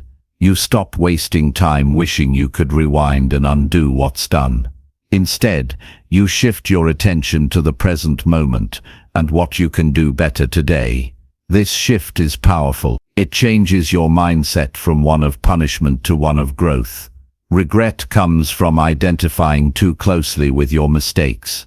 You believe that your errors define you or diminish your worth. This belief is false. Your value is not tied to perfection, but to your willingness to improve. When you let go of regret, you see yourself as a learner, not a failure. You see mistakes as feedback, not final judgments. This perspective encourages self-compassion, which is critical for real change. Compassion allows you to treat yourself kindly, accept flaws, and keep trying without fear. Forgiveness plays a vital role in letting go. Forgive yourself sincerely for what you have done wrong. Forgive the choices that led to failure or pain. Forgiveness is not about excusing mistakes, but about releasing the emotional hold they have on you. It removes the weight of guilt and shame which keep you stuck in the past. When you forgive yourself, you create space for healing and new possibilities. Avoid the trap of rumination. This is the habit of replaying mistakes over and over in your mind. Rumination does not help solve problems or improve your situation. Instead, it deepens negative feelings and hinders forward movement. When you notice yourself stuck in this cycle, gently redirect your thoughts. Focus on what you can control and what actions you can take. This mental discipline is crucial for letting go. Write down your past mistakes and then write what you learned from each one. This exercise transforms regret into lessons. It helps you see that every error contributed to your growth. This reflection reduces the power of regret because it highlights progress instead of failure. It makes your mistakes part of a larger story of improvement rather than a source of shame. Recognize that everyone carries a past full of mistakes. You are not alone in your imperfection. Successful people do not achieve greatness by avoiding errors. They succeed because they learn, adapt, and keep going. This understanding connects you to a universal human experience and reduces feelings of isolation or inadequacy. It reminds you that mistakes are stepping stones on the path to success. Practice living in the present moment. Regret pulls you into the past, which is beyond your control. The present is where your power lies. When you focus on now, you regain control over your actions and choices. Mindfulness exercises can help you train your mind to stay present and reduce fixation on past errors. Being present allows you to respond to life with clarity and calm, rather than anxiety and regret. Set new goals that reflect who you want to become, rather than who you were. Focusing on the future helps you leave the past behind. Goals give your mind a direction and purpose. They motivate you to take positive steps forward, instead of dwelling on what can't be changed. Align your actions with these goals and measure your progress to stay motivated. Avoid blaming others or external circumstances for your mistakes. Taking responsibility for your part empowers you to learn and grow. Blame keeps you stuck in victimhood and resentment. Ownership of your actions, even when difficult, is a sign of strength. It allows you to make changes that improve your life. Use affirmations that reinforce your value beyond mistakes. Statements like, "I am growing every day," or "My past does not define me," help shift your mindset. Repeat these affirmations regularly to build a positive self-image that transcends errors. Positive self-talk is a powerful tool for reducing regret and increasing confidence. Surround yourself with people who support your growth and encourage forgiveness. Share your experiences with trusted friends or mentors who remind you of your worth. Their perspective can help you see beyond your regrets and focus on your potential. Healthy relationships provide emotional safety and accountability for moving forward. Accept that some mistakes will have lasting consequences. Letting go doesn't mean ignoring the impact of your actions. It means making peace with what cannot be changed and focusing on what can. Sometimes repair or restitution is necessary. Taking action to make amends is part of growth. Once you do what you can, release the rest. Holding on to guilt beyond what is productive only hurts you. Develop a daily habit of reflection without judgment. At the end of each day, acknowledge your successes and mistakes without harsh criticism. Recognize areas for improvement, but also celebrate progress. This balanced reflection helps prevent regret from building up and promotes continuous growth. Remember that letting go of past mistakes creates freedom. It frees your mind from negative loops. It frees your heart from unnecessary pain. It frees your energy for the present and future. This freedom increases your ability to focus, create and achieve. It empowers you to live fully and win consistently. Visualize your life without the weight of regret. Imagine how your mindset and actions would change. Use this vision as motivation to release the past. Picture yourself moving forward with confidence and peace. This visualization helps your brain rewire toward letting go. Make peace with the fact that perfection is impossible. Mistakes are part of progress, not a sign of failure. Accepting imperfection allows you to be kinder to yourself and more open to growth. This acceptance reduces fear of making new mistakes and encourages you to keep trying. Practice gratitude for the lessons your mistakes have taught you. Gratitude shifts your perspective from loss to gain. It highlights the value hidden in failure and strengthens resilience. This mindset makes letting go easier and more natural. Commit to living a life focused on growth rather than regret. Choose to spend your time and energy on improving yourself and your future. Make letting go a daily practice. With each day, release more of the past and embrace more of your potential. By letting go of past mistakes without regret, you unlock your full power to win. You stop carrying unnecessary burdens. You free yourself to act with clarity and confidence. You open the door to new possibilities and success. This choice transforms your life from one weighed down by regret to one lifted by hope and progress. Choose to let go. Choose to grow. Choose to win. Chapter 15. Train your mind to see the good first. Training your mind to see the good first is one of the most powerful shifts you can make to improve your life. By focusing on the positive aspects of situations, people and yourself, you create a foundation for optimism, motivation and resilience. This does not mean ignoring challenges or pretending everything is perfect. Instead, it means choosing to prioritize what is working well and what opportunities exist before dwelling on problems or setbacks. This shift changes your experience of life and how you respond to it. It shapes your emotions, decisions, and ultimately your results. Your brain is wired to notice threats and problems. This survival mechanism once protected humans from danger. However, in modern life, this tendency often leads to negativity bias. You may find yourself focusing on what's wrong, what could go bad, or what's missing. This focus can trap you in worry, fear, and frustration. Training your mind to see the good first rewires this natural bias. It encourages your brain to scan for positive evidence before negative. This simple habit has a profound effect on your mood and outlook. Start by practicing gratitude regularly. Gratitude is the practice of intentionally noticing and appreciating what is good in your life.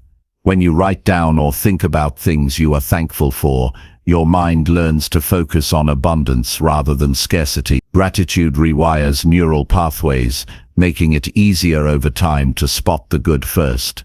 It helps you become more aware of everyday blessings that might otherwise go unnoticed. This awareness creates a sense of contentment and motivation to keep moving forward. Focus on small positive details around you. Look for moments of kindness, beauty or success. It could be a smile from a stranger, a moment of calm or progress toward a goal. When you train yourself to catch these moments, you create a habit of positive attention. This habit helps balance negative thoughts and reduces stress. Over time, you'll find that your automatic thoughts become more optimistic and solution-focused. Choose language that reflects a positive outlook. The words you use shape your thinking and emotion. Replace negative or neutral phrases with ones that highlight what is good or possible. For example, instead of saying "I can't handle this," say "I will find a way through this." Positive language fuels hope and energy. It reinforces your commitment to seeing the good first. Surround yourself with positive influences. The people, media, and environments you engage with affect your mindset. Spend time with optimistic and supportive people who encourage growth. Consume content that uplifts and educates rather than depresses or divides. Create a space that inspires and motivates you. These influences help your mind naturally scan for good instead of bad. When faced with challenges, consciously look for lessons or silver linings. Every difficulty carries hidden value if you choose to see it. Ask yourself, what can I learn from this? How can this situation help me grow? This perspective turns obstacles into opportunities. It prevents you from being overwhelmed by negativity and keeps your focus on solutions and improvement. Practice mindfulness to become more aware of your thoughts. Mindfulness helps you notice when your mind drifts toward negativity or worry. When you catch these moments, gently redirect your attention to something positive or neutral. This skill strengthens your mental control and reinforces positive focus. The more you practice, the easier it becomes to choose good thoughts first. Visualize positive outcomes regularly. Imagine how you want things to go and what success looks like. Visualization trains your brain to expect good results. It primes your mind to notice opportunities and take action. This mental rehearsal builds confidence and reduces fear of failure. It supports a positive mindset by focusing on what is possible. Avoid the trap of comparing yourself to others negatively. Comparison often leads to feelings of inadequacy and resentment. Instead, focus on your own progress and strengths. Celebrate your achievements, no matter how small. Recognize that your journey is unique. This focus shifts your mind towards self-appreciation and positivity. Make it a habit to start your day with a positive ritual. This could be reading an inspiring quote, writing a gratitude list, or setting an intention for the day. Starting with positivity sets the tone for how you experience the day. It programs your mind to seek out good rather than problems. This daily practice reinforces your focus on the positive consistently. Challenge negative thoughts actively. When you notice a pessimistic or critical thought, question its accuracy and usefulness. Ask yourself if there is a more positive or realistic way to view the situation. Replace negative thoughts with constructive or hopeful ones. This process weakens the power of negativity and strengthens your ability to see the good first. Engage in acts of kindness regularly. Helping others shifts your focus away from your own problems. It connects you to positive emotions and purpose. Kindness creates a feedback loop where seeing the good in others helps you see the good in life. This behavior reinforces your positive mindset naturally. Use positive affirmations to train your subconscious mind. Repeat statements that focus on your strengths, potential, and positive expectations. Affirmations like "I am capable," "I choose happiness," or "good things are coming" help reprogram your mind. Consistent repetition makes these beliefs automatic, influencing your thoughts and actions toward positivity. Recognize that setbacks and negative events are temporary. Train your mind to see challenges as passing moments, not permanent states. This perspective reduces fear and discouragement. It keeps your focus on long-term growth and success rather than immediate difficulties. Create a vision board or reminder of your goals and positive beliefs. Visual cues reinforce your mindset by keeping your focus on what you want, not on what you fear. Seeing your goals and affirmations daily trains your brain to notice opportunities aligned with your vision. Celebrate progress and small victories often. Acknowledging even minor wins helps your mind focus on success and momentum. This habit builds confidence and keeps you motivated to continue improving. It shifts your mindset from scarcity to abundance, from lack to growth. Practice patience with yourself. Changing your mindset is a process that takes time and effort. Be kind when you slip into negativity. Gently bring yourself back to seeing the good first, without judgment. Consistency matters more than perfection in this journey. Use journaling to track positive experiences and growth. Writing about what went well each day reinforces your brain's ability to focus on good. It provides a record of progress that you can revisit when you need motivation or reassurance. Understand that seeing the good first creates resilience. Optimism doesn't ignore reality but gives you strength to face it. It helps you recover from setbacks faster and find creative solutions. This resilience is essential for winning in any area of life. Finally, commit to training your mind daily.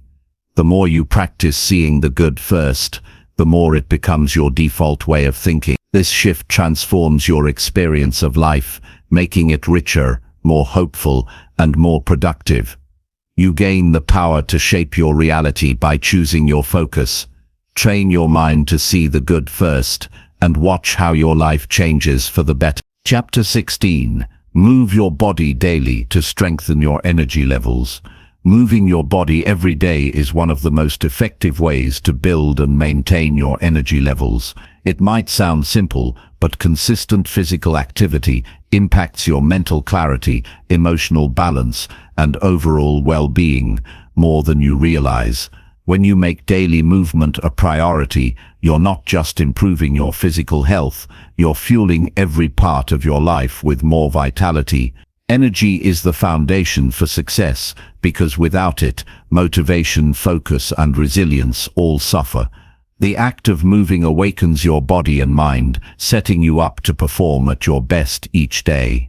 Many people underestimate how much sitting or inactivity drains their energy. When your body stays still for too long, your circulation slows down, your muscles tighten, and your brain receives less oxygen.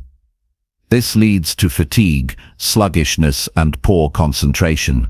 Even light movement like stretching or walking increases blood flow and wakes up your nervous system. Movement stimulates the release of hormones that boost mood and alertness. This means moving your body daily is a natural way to reset your energy levels and sharpen your mind. Daily movement doesn't have to be complicated or require a gym membership. The key is consistency and variety. Find activities you enjoy so it becomes a habit rather than a chore. Simple things like walking around the block, climbing stairs, or dancing to music count.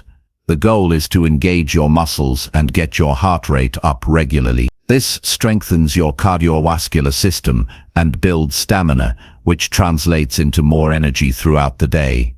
Exercise triggers the release of endorphins, which are your body's natural feel-good chemicals. These endorphins reduce stress and anxiety while increasing feelings of happiness and well-being. When you move regularly, you're less likely to feel drained by emotional challenges.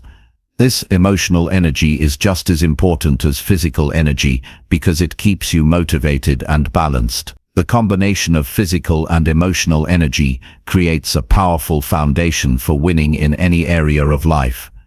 Movement also improves your sleep quality. Better sleep means your body and mind recover fully, which restores your energy reserves. Without enough rest, your energy will drop no matter how much caffeine or willpower you use. Regular physical activity regulates your sleep cycle by helping you fall asleep faster and sleep more deeply.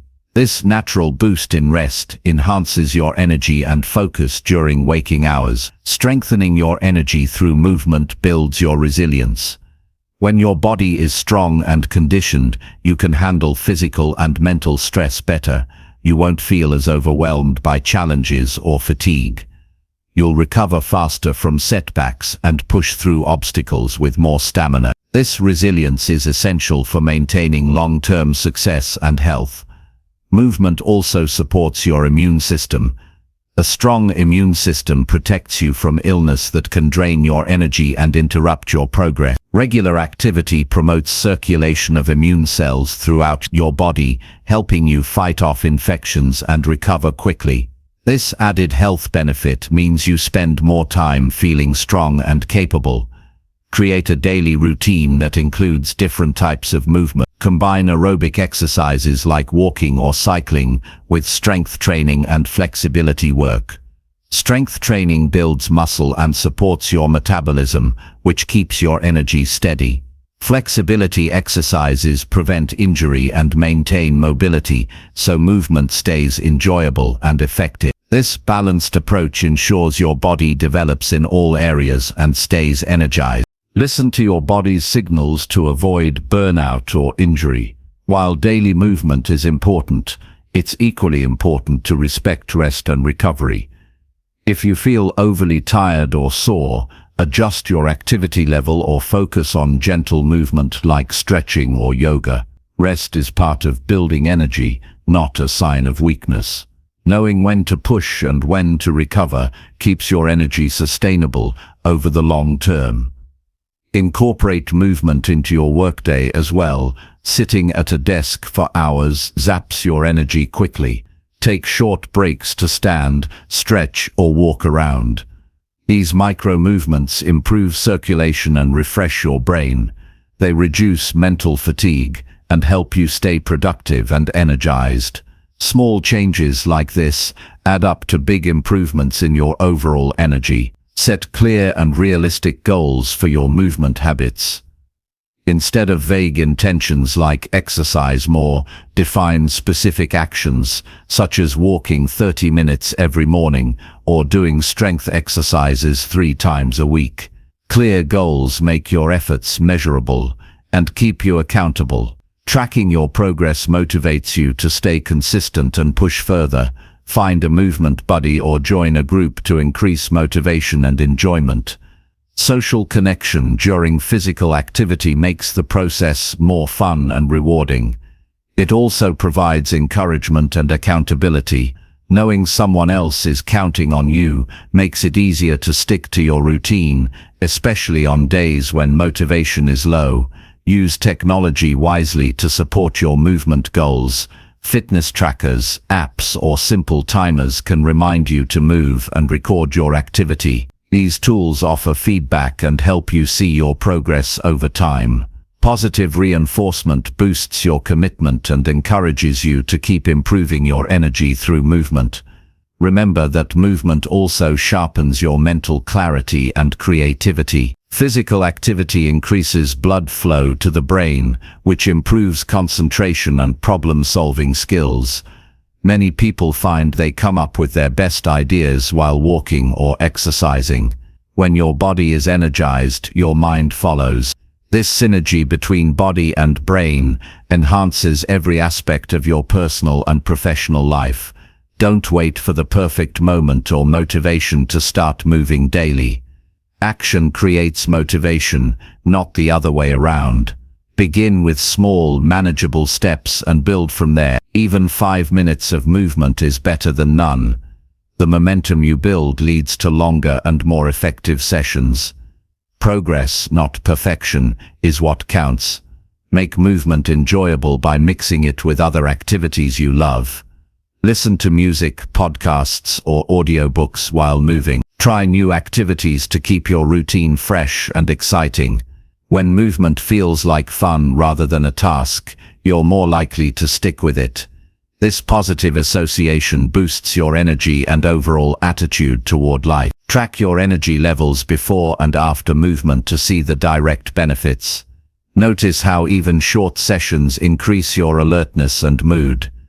Use these experiences as motivation to maintain your habit. Over time, this awareness builds a positive feedback loop between movement and energy. Focus on how movement improves your life beyond physical fitness. Think about how it impacts your mood, productivity, relationships, and self-confidence. This broader view strengthens your commitment because you see the value in multiple areas. It reinforces that daily movement is an investment in your entire well-being. Be patient with yourself during this process. Energy levels and fitness improve gradually with consistent effort. Avoid comparing your progress to others or demanding immediate results. Celebrate each step forward as proof of your growing strength and vitality.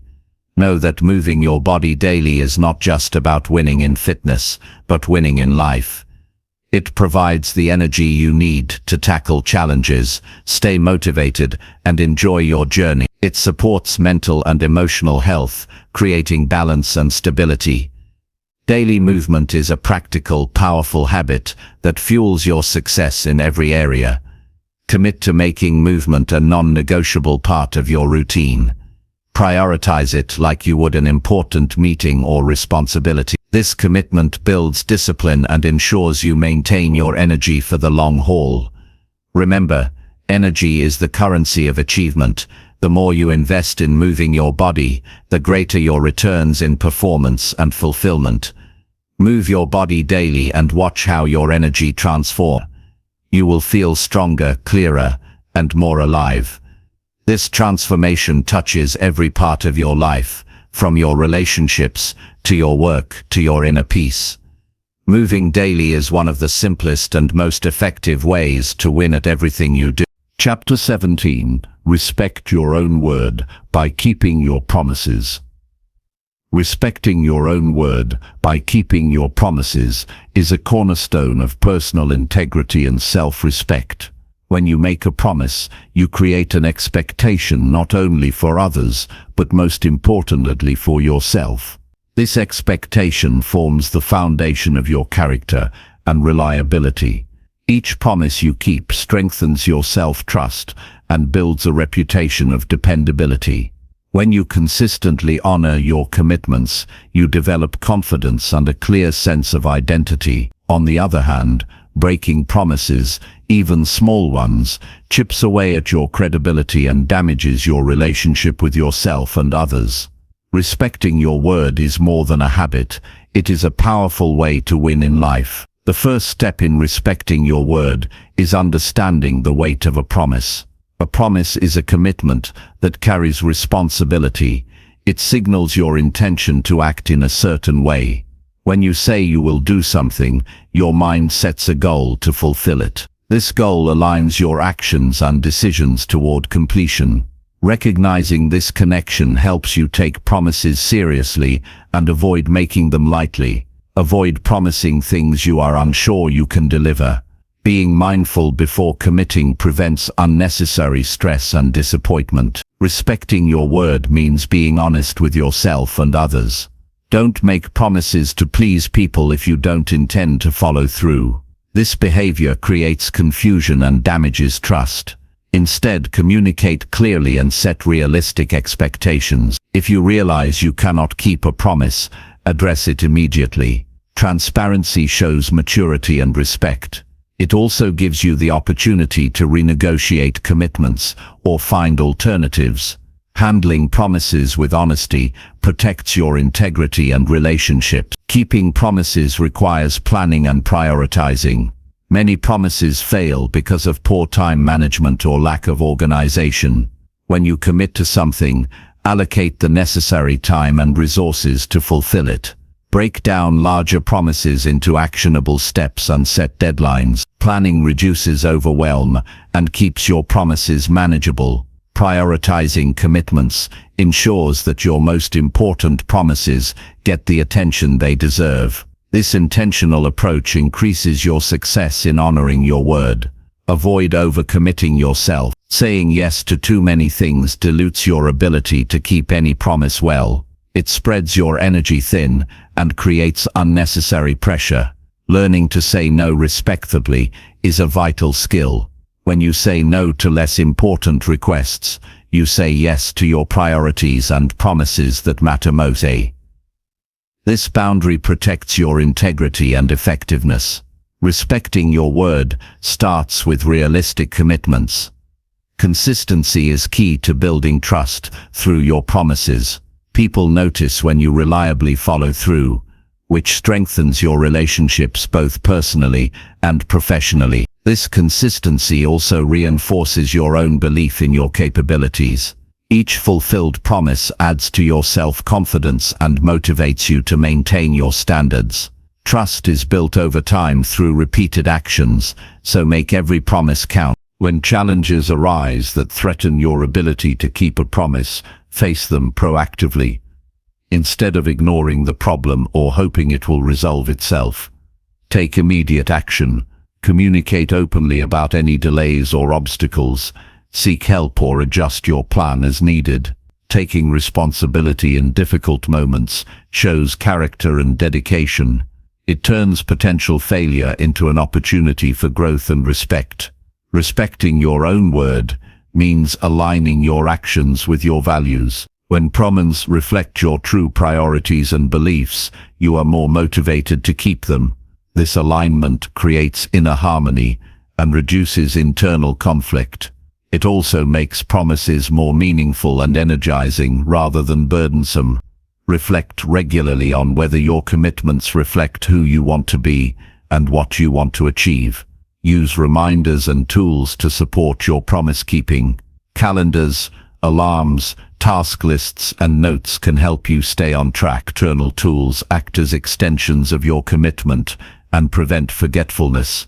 This practical support is especially important when managing multiple promises.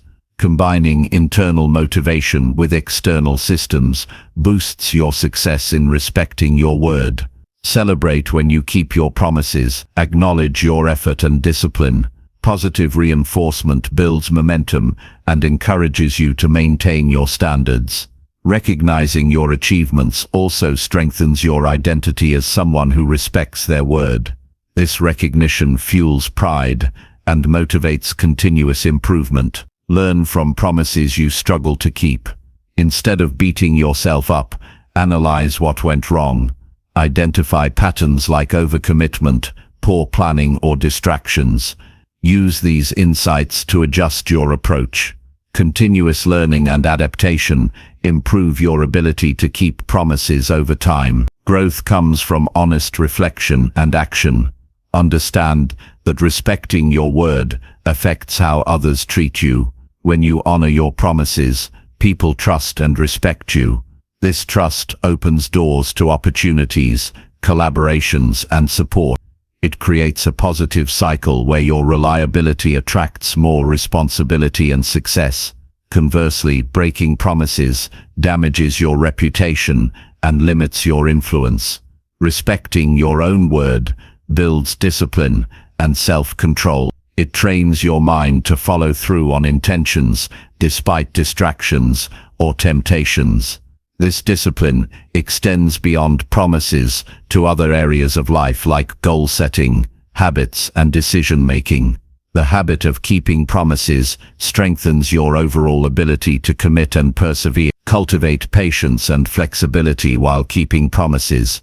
Sometimes unexpected events disrupt your plans. Being adaptable without abandoning your commitments shows resilience.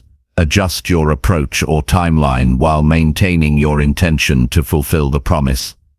This balance between firmness and flexibility is a mark of mature integrity. Surround yourself with people who value and practice keeping their word. Positive influences encourage your commitment to respecting promises. They model reliability and hold you accountable in a supportive way. This environment nurtures your growth and reinforces the importance of integrity. Recognize that every promise you keep is a step toward winning in life. It builds trust, confidence, and momentum. It enhances your reputation and deepens relationships. These outcomes create a foundation for success in all areas. Respecting your word is not a small detail but a powerful habit that shapes your destiny. Make a commitment today to honor every promise you make.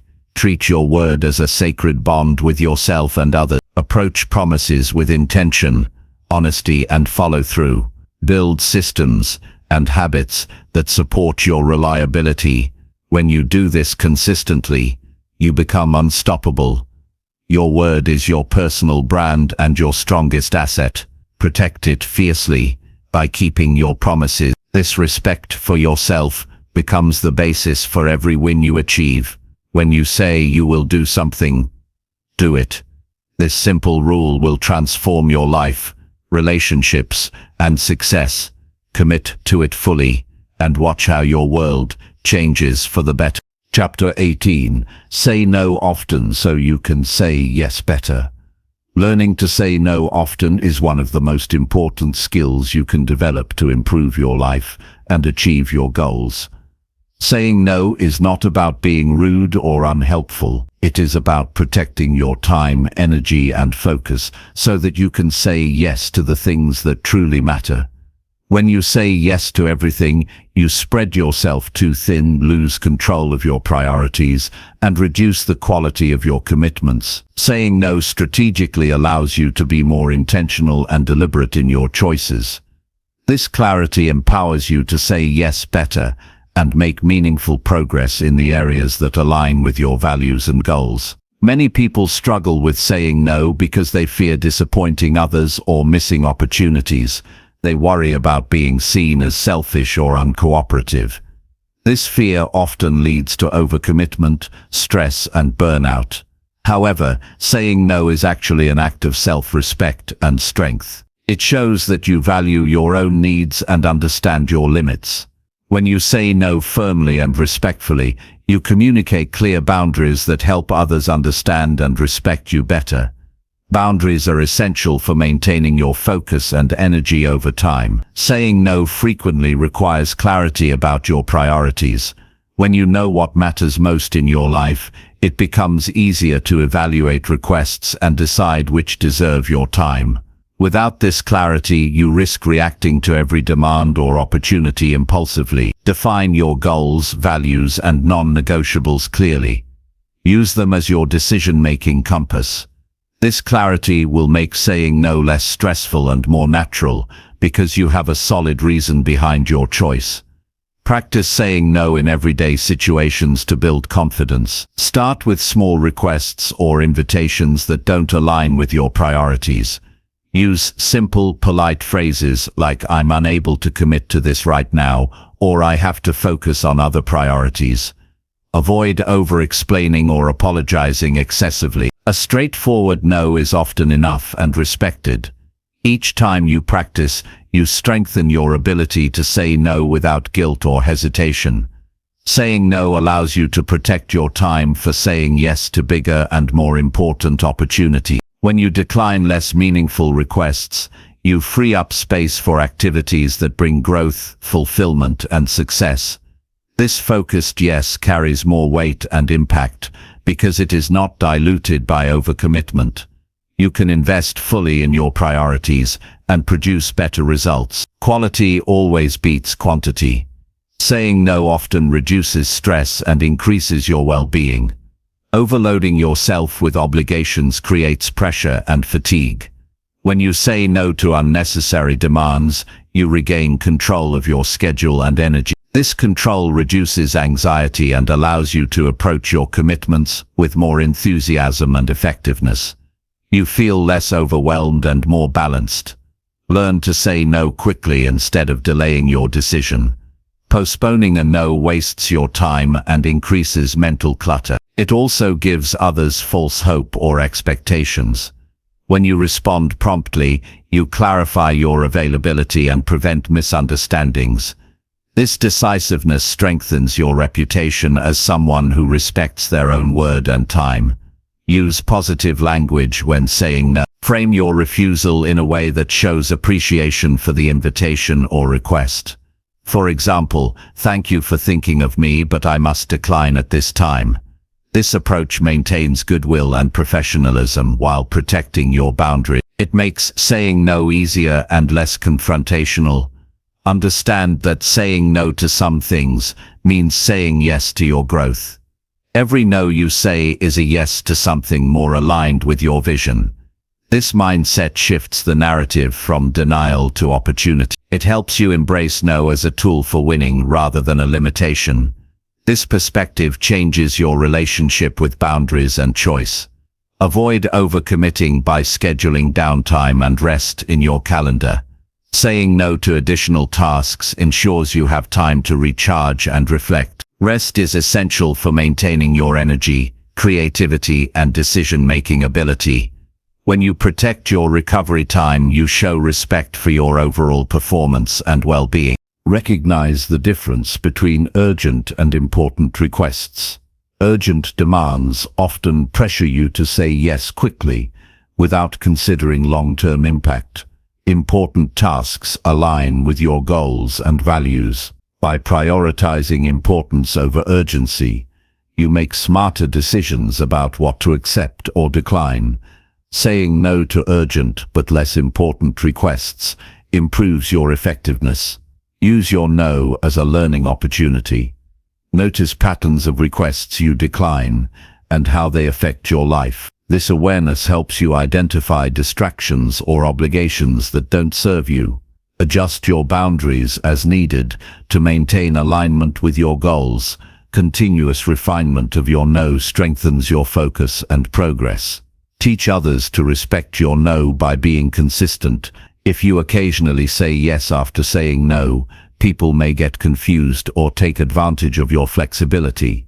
Consistency establishes clear expectations and reduces pressure on you. Over time, this consistency leads to healthier relationships based on mutual respect. Remember that saying no is a gift to yourself and others. By declining what doesn't serve you, you preserve your ability to deliver excellence in what you commit to. This integrity benefits everyone involved. People appreciate when you honor your limits and bring your best rather than stretch yourself too thin. Avoid guilt when saying no. Guilt is a common but unhelpful emotion that weakens your boundaries. Remind yourself that protecting your priorities is necessary for your success and happiness. Saying no is not selfish, it is strategic and necessary. Reframe guilt as a sign you are caring for yourself responsibly. Practice empathy when saying no. Understand the other person's perspective and needs, but remain firm in your decision. Express your understanding and appreciation while maintaining your boundaries. This balance strengthens relationships even when you decline requests. Use saying no as a form of self-discipline that builds your character. Each no reinforces your ability to choose wisely and live intentionally. This discipline grows into other areas of life, such as goal setting, habit formation, and decision-making. Mastering no strengthens your overall capacity to win. Surround yourself with people who respect your boundaries and encourage your yes. Positive influences support your no and help you stay committed to your priorities. They reduce pressure to overcommit and provide accountability. Healthy relationships make saying no easier and more natural. Celebrate your progress in saying no better. Acknowledge how protecting your time improves your focus and results. Recognize the freedom and clarity that come from clear boundaries. This celebration motivates you to continue practicing no as a key to winning. Understand that saying no is an ongoing practice, not a one-time act. As your life and goals evolve, so will your boundaries. Stay flexible but firm in your commitment to saying no, often to say yes better. This continuous refinement leads to sustained growth and success. In conclusion, saying no often empowers you to live intentionally and focus on what matters most. It protects your energy, time, and priorities so that your yes carries real value. This skill builds confidence, reduces stress, and deepens your integrity. Mastering the art of saying no is a vital step toward winning at everything you do. Start practicing today and watch how your life transforms through better choices and clearer boundaries. Chapter 19. Stay calm when things go wrong without blaming others. When things go wrong, staying calm is one of the most valuable skills you can develop. Life is unpredictable and challenges will come your way regardless of how careful or prepared you are. How you respond in those moments often determines whether you will grow stronger or get stuck. Calmness allows you to think clearly, analyze the situation objectively, and make better decisions. It prevents emotions like anger, frustration, or panic from taking over. Remaining composed helps you focus on solutions rather than getting lost in blame or negativity. Blaming others when problems arise may feel like a natural reaction, but it rarely helps. Assigning fault shifts your attention away from what you can control and keeps you stuck in victim mode. It wastes energy and damages relationships, making it harder to find a way forward. When you refuse to blame others, you take full ownership of your experience and choices. This ownership is empowering because it puts you in the driver's seat. You stop waiting for others to fix the situation and start taking action yourself. Staying calm in difficult moments requires practice and self-awareness. The first step is recognizing your emotional triggers. Notice what types of situations tend to upset you the most and how your body responds. Pay attention to signs like increased heart rate, tension, or racing thoughts. Awareness allows you to intervene early before emotions spiral out of control. Techniques like deep breathing, counting to 10, or pausing before reacting can help regulate your nervous system and restore calm. Shifting your mindset is crucial for maintaining calmness. Instead of viewing problems as personal attacks or failures, reframe them as opportunities for learning and growth. This shift reduces the emotional charge and opens your mind to possibilities. Ask yourself what you can learn from the situation and how you can improve moving forward.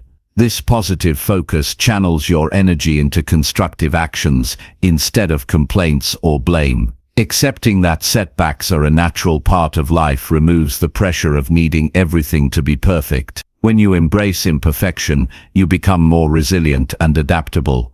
Calmness flows from the understanding that challenges do not define your worth or future. This perspective gives you space to breathe and think clearly even when circumstances are difficult. Develop a problem-solving attitude to stay calm. Instead of dwelling on what went wrong or who is responsible, focus on what you can do next. Break down the problem into smaller, manageable parts. Identify possible solutions and weigh their pros and cons. Taking action, even small steps, creates momentum and reduces feelings of helplessness. Calm problem solving builds confidence and shifts your focus from stress to solutions.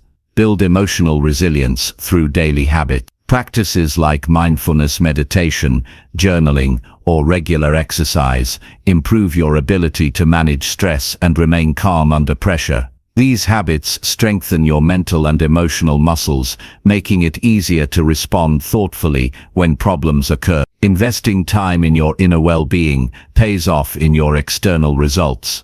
Surround yourself with calm and supportive people. Their attitude can influence your own reaction to challenges. When you have a network that encourages steady thinking and problem solving, you are less likely to fall into blame or panic. Healthy relationships provide a safe space to share difficulties and gain perspective. Communicate calmly when addressing problems with others. Speaking respectfully and clearly fosters cooperation and understanding. Avoid accusatory language or raising your voice, which escalates tension. Calm communication helps maintain trust and opens the door to collaborative solutions. It also models emotional control that others can mirror. Practice patience during tough times.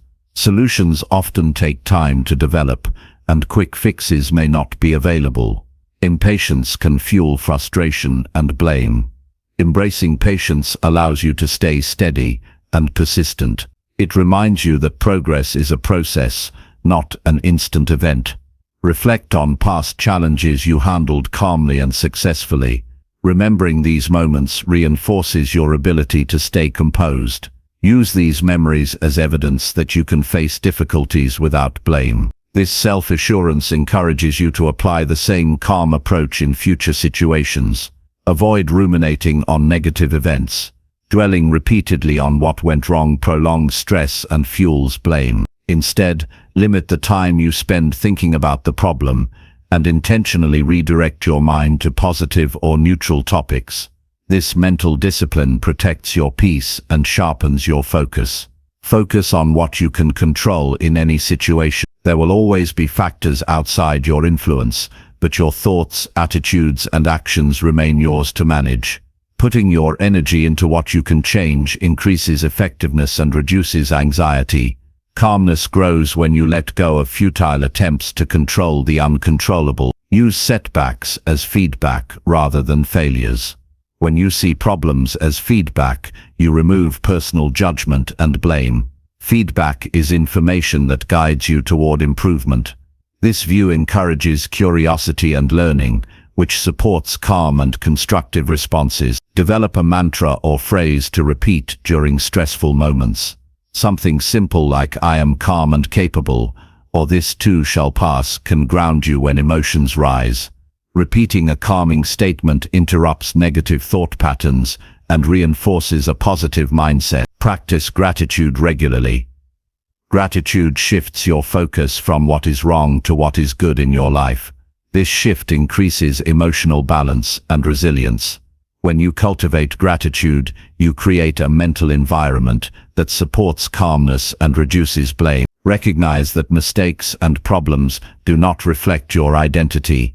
Separating your self-worth from outcomes prevents harsh self-criticism and defensiveness. This separation helps you respond with kindness and patience toward yourself and others when things go wrong. Avoid impulsive reactions during crises. Pause and take time to gather information before responding. This deliberate approach reduces errors and misunderstandings. It helps maintain calm and thoughtful decision-making even under pressure. Develop empathy toward others involved in the problem. Understanding their perspectives reduces judgment and blame. Empathy opens the door for collaboration and forgiveness, which smooth the path to resolution. Commit to learning from every challenge. Keep a journal or notes about what went wrong and what you did well. Reviewing this record increases awareness and prepares you for future difficulties.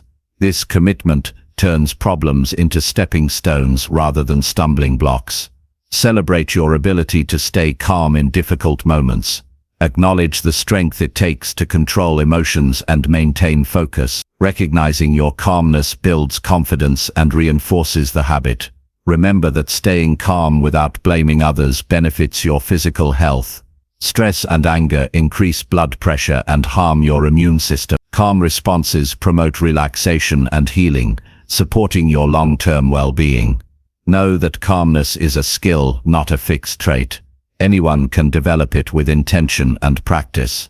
Your past does not limit your ability to respond calmly today. Each moment is an opportunity to grow. Keep perspective by reminding yourself of the bigger picture.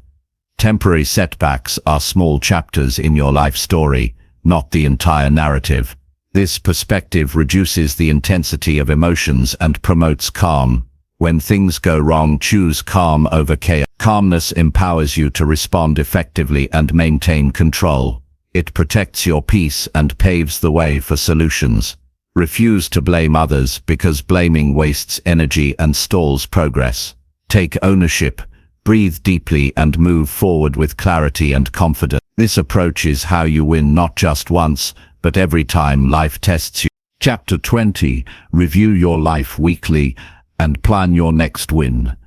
Taking time every week to review your life and plan your next win is a powerful habit that propels you toward consistent growth and achievement. Life moves fast, and without regular reflection, it's easy to lose track of your progress, repeat mistakes, or drift away from your goals.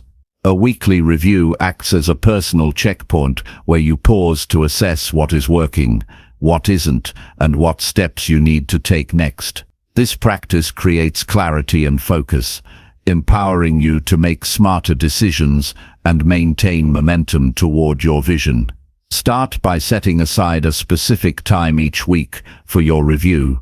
Consistency matters because it turns this practice into a routine. Whether it's Sunday evening, Monday morning, or any other time that fits your schedule, make it non-negotiable.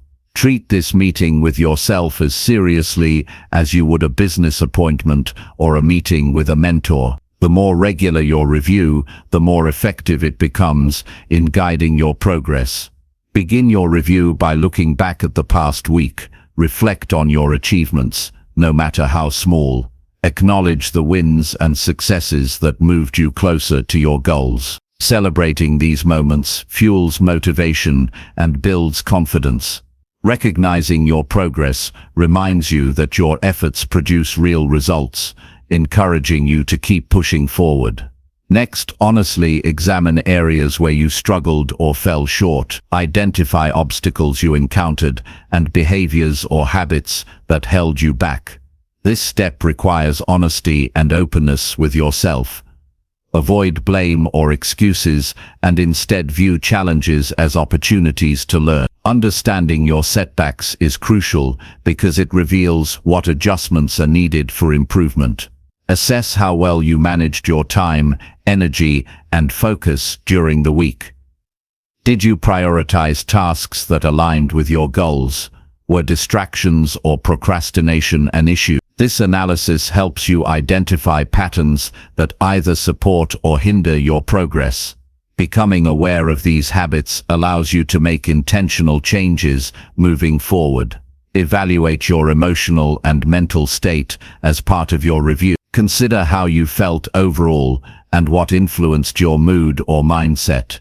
Emotional well-being is closely linked to performance, so addressing stress, anxiety, or burnout is important.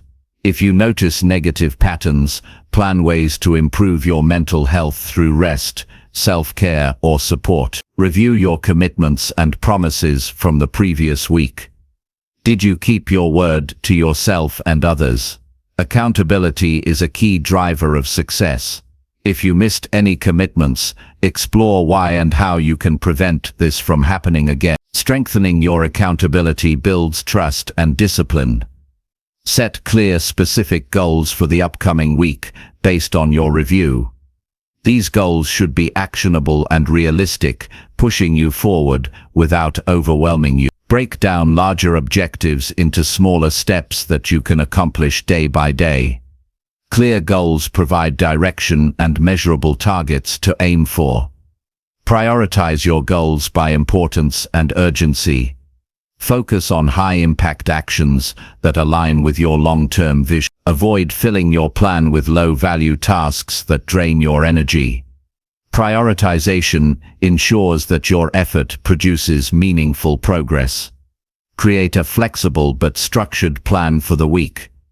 Allocate time blocks for your key activities and schedule breaks to maintain energy. Planning reduces decision fatigue and increases your chance of following through. Use tools like calendars, planners, or apps to organize your schedule efficiently. Incorporate a focus on personal growth in your plan. Include time for learning new skills, practicing habits, or reflecting on your mindset. Growth is a continuous journey that supports all your goals. Dedicating time to development prevents stagnation and keeps you evolving. Identify potential challenges or obstacles you might face in the coming week. Preparing mentally for these difficulties strengthens your resilience. Think through possible solutions or coping strategies in advance. This proactive approach reduces stress and increases your ability to adapt. Commit to reviewing your progress daily in smaller check-ins. These brief reflections keep you aligned and allow quick adjustments. Daily awareness supports the larger weekly review by keeping your goals fresh in your mind. Use your weekly review to express gratitude for your journey. Recognizing the positive aspects of your life increases motivation and perspective. Gratitude helps balance ambition with contentment, creating a healthy mindset. Share your goals and plans with someone you trust. External accountability enhances your commitment and provides support. Discussing your progress also opens doors for advice and encouragement. Reflect on how your weekly review process is working for you. Adjust the format, timing, or focus as needed to maximize effectiveness. Personalize this habit so it fits your lifestyle and preferences. Flexibility ensures sustainability. Remember that the weekly review is not about perfection, but progress. It's normal to have ups and downs. The goal is steady movement toward your vision, not flawless execution. Embrace the process with patience and persistence. Visualize your next win during your planning. Picture what success looks and feels like. Visualization strengthens your motivation and clarifies your goals.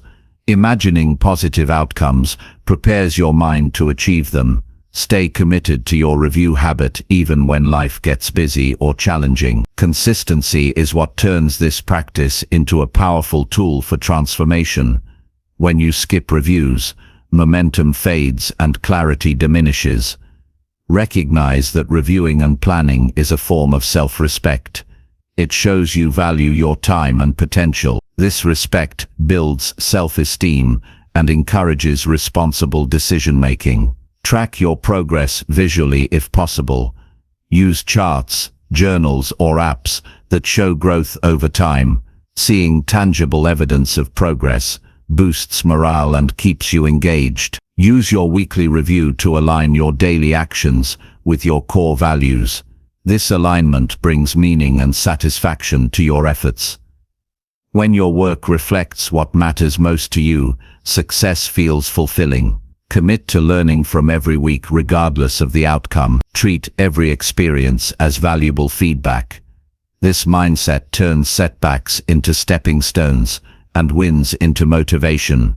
Plan rewards for yourself when you achieve your weekly goals. Celebrations reinforce positive behavior and make the journey enjoyable. Recognize that winning is not only about results, but also about appreciating your effort. Finally, remember that reviewing your life weekly and planning your next win creates a cycle of continuous improvement. It keeps you focused, motivated, and ready to face challenges with confidence. This simple but powerful habit is a key to winning not just once, but consistently in every area of your life. Make it a priority, commit to it fully, and watch how it transforms your path to success.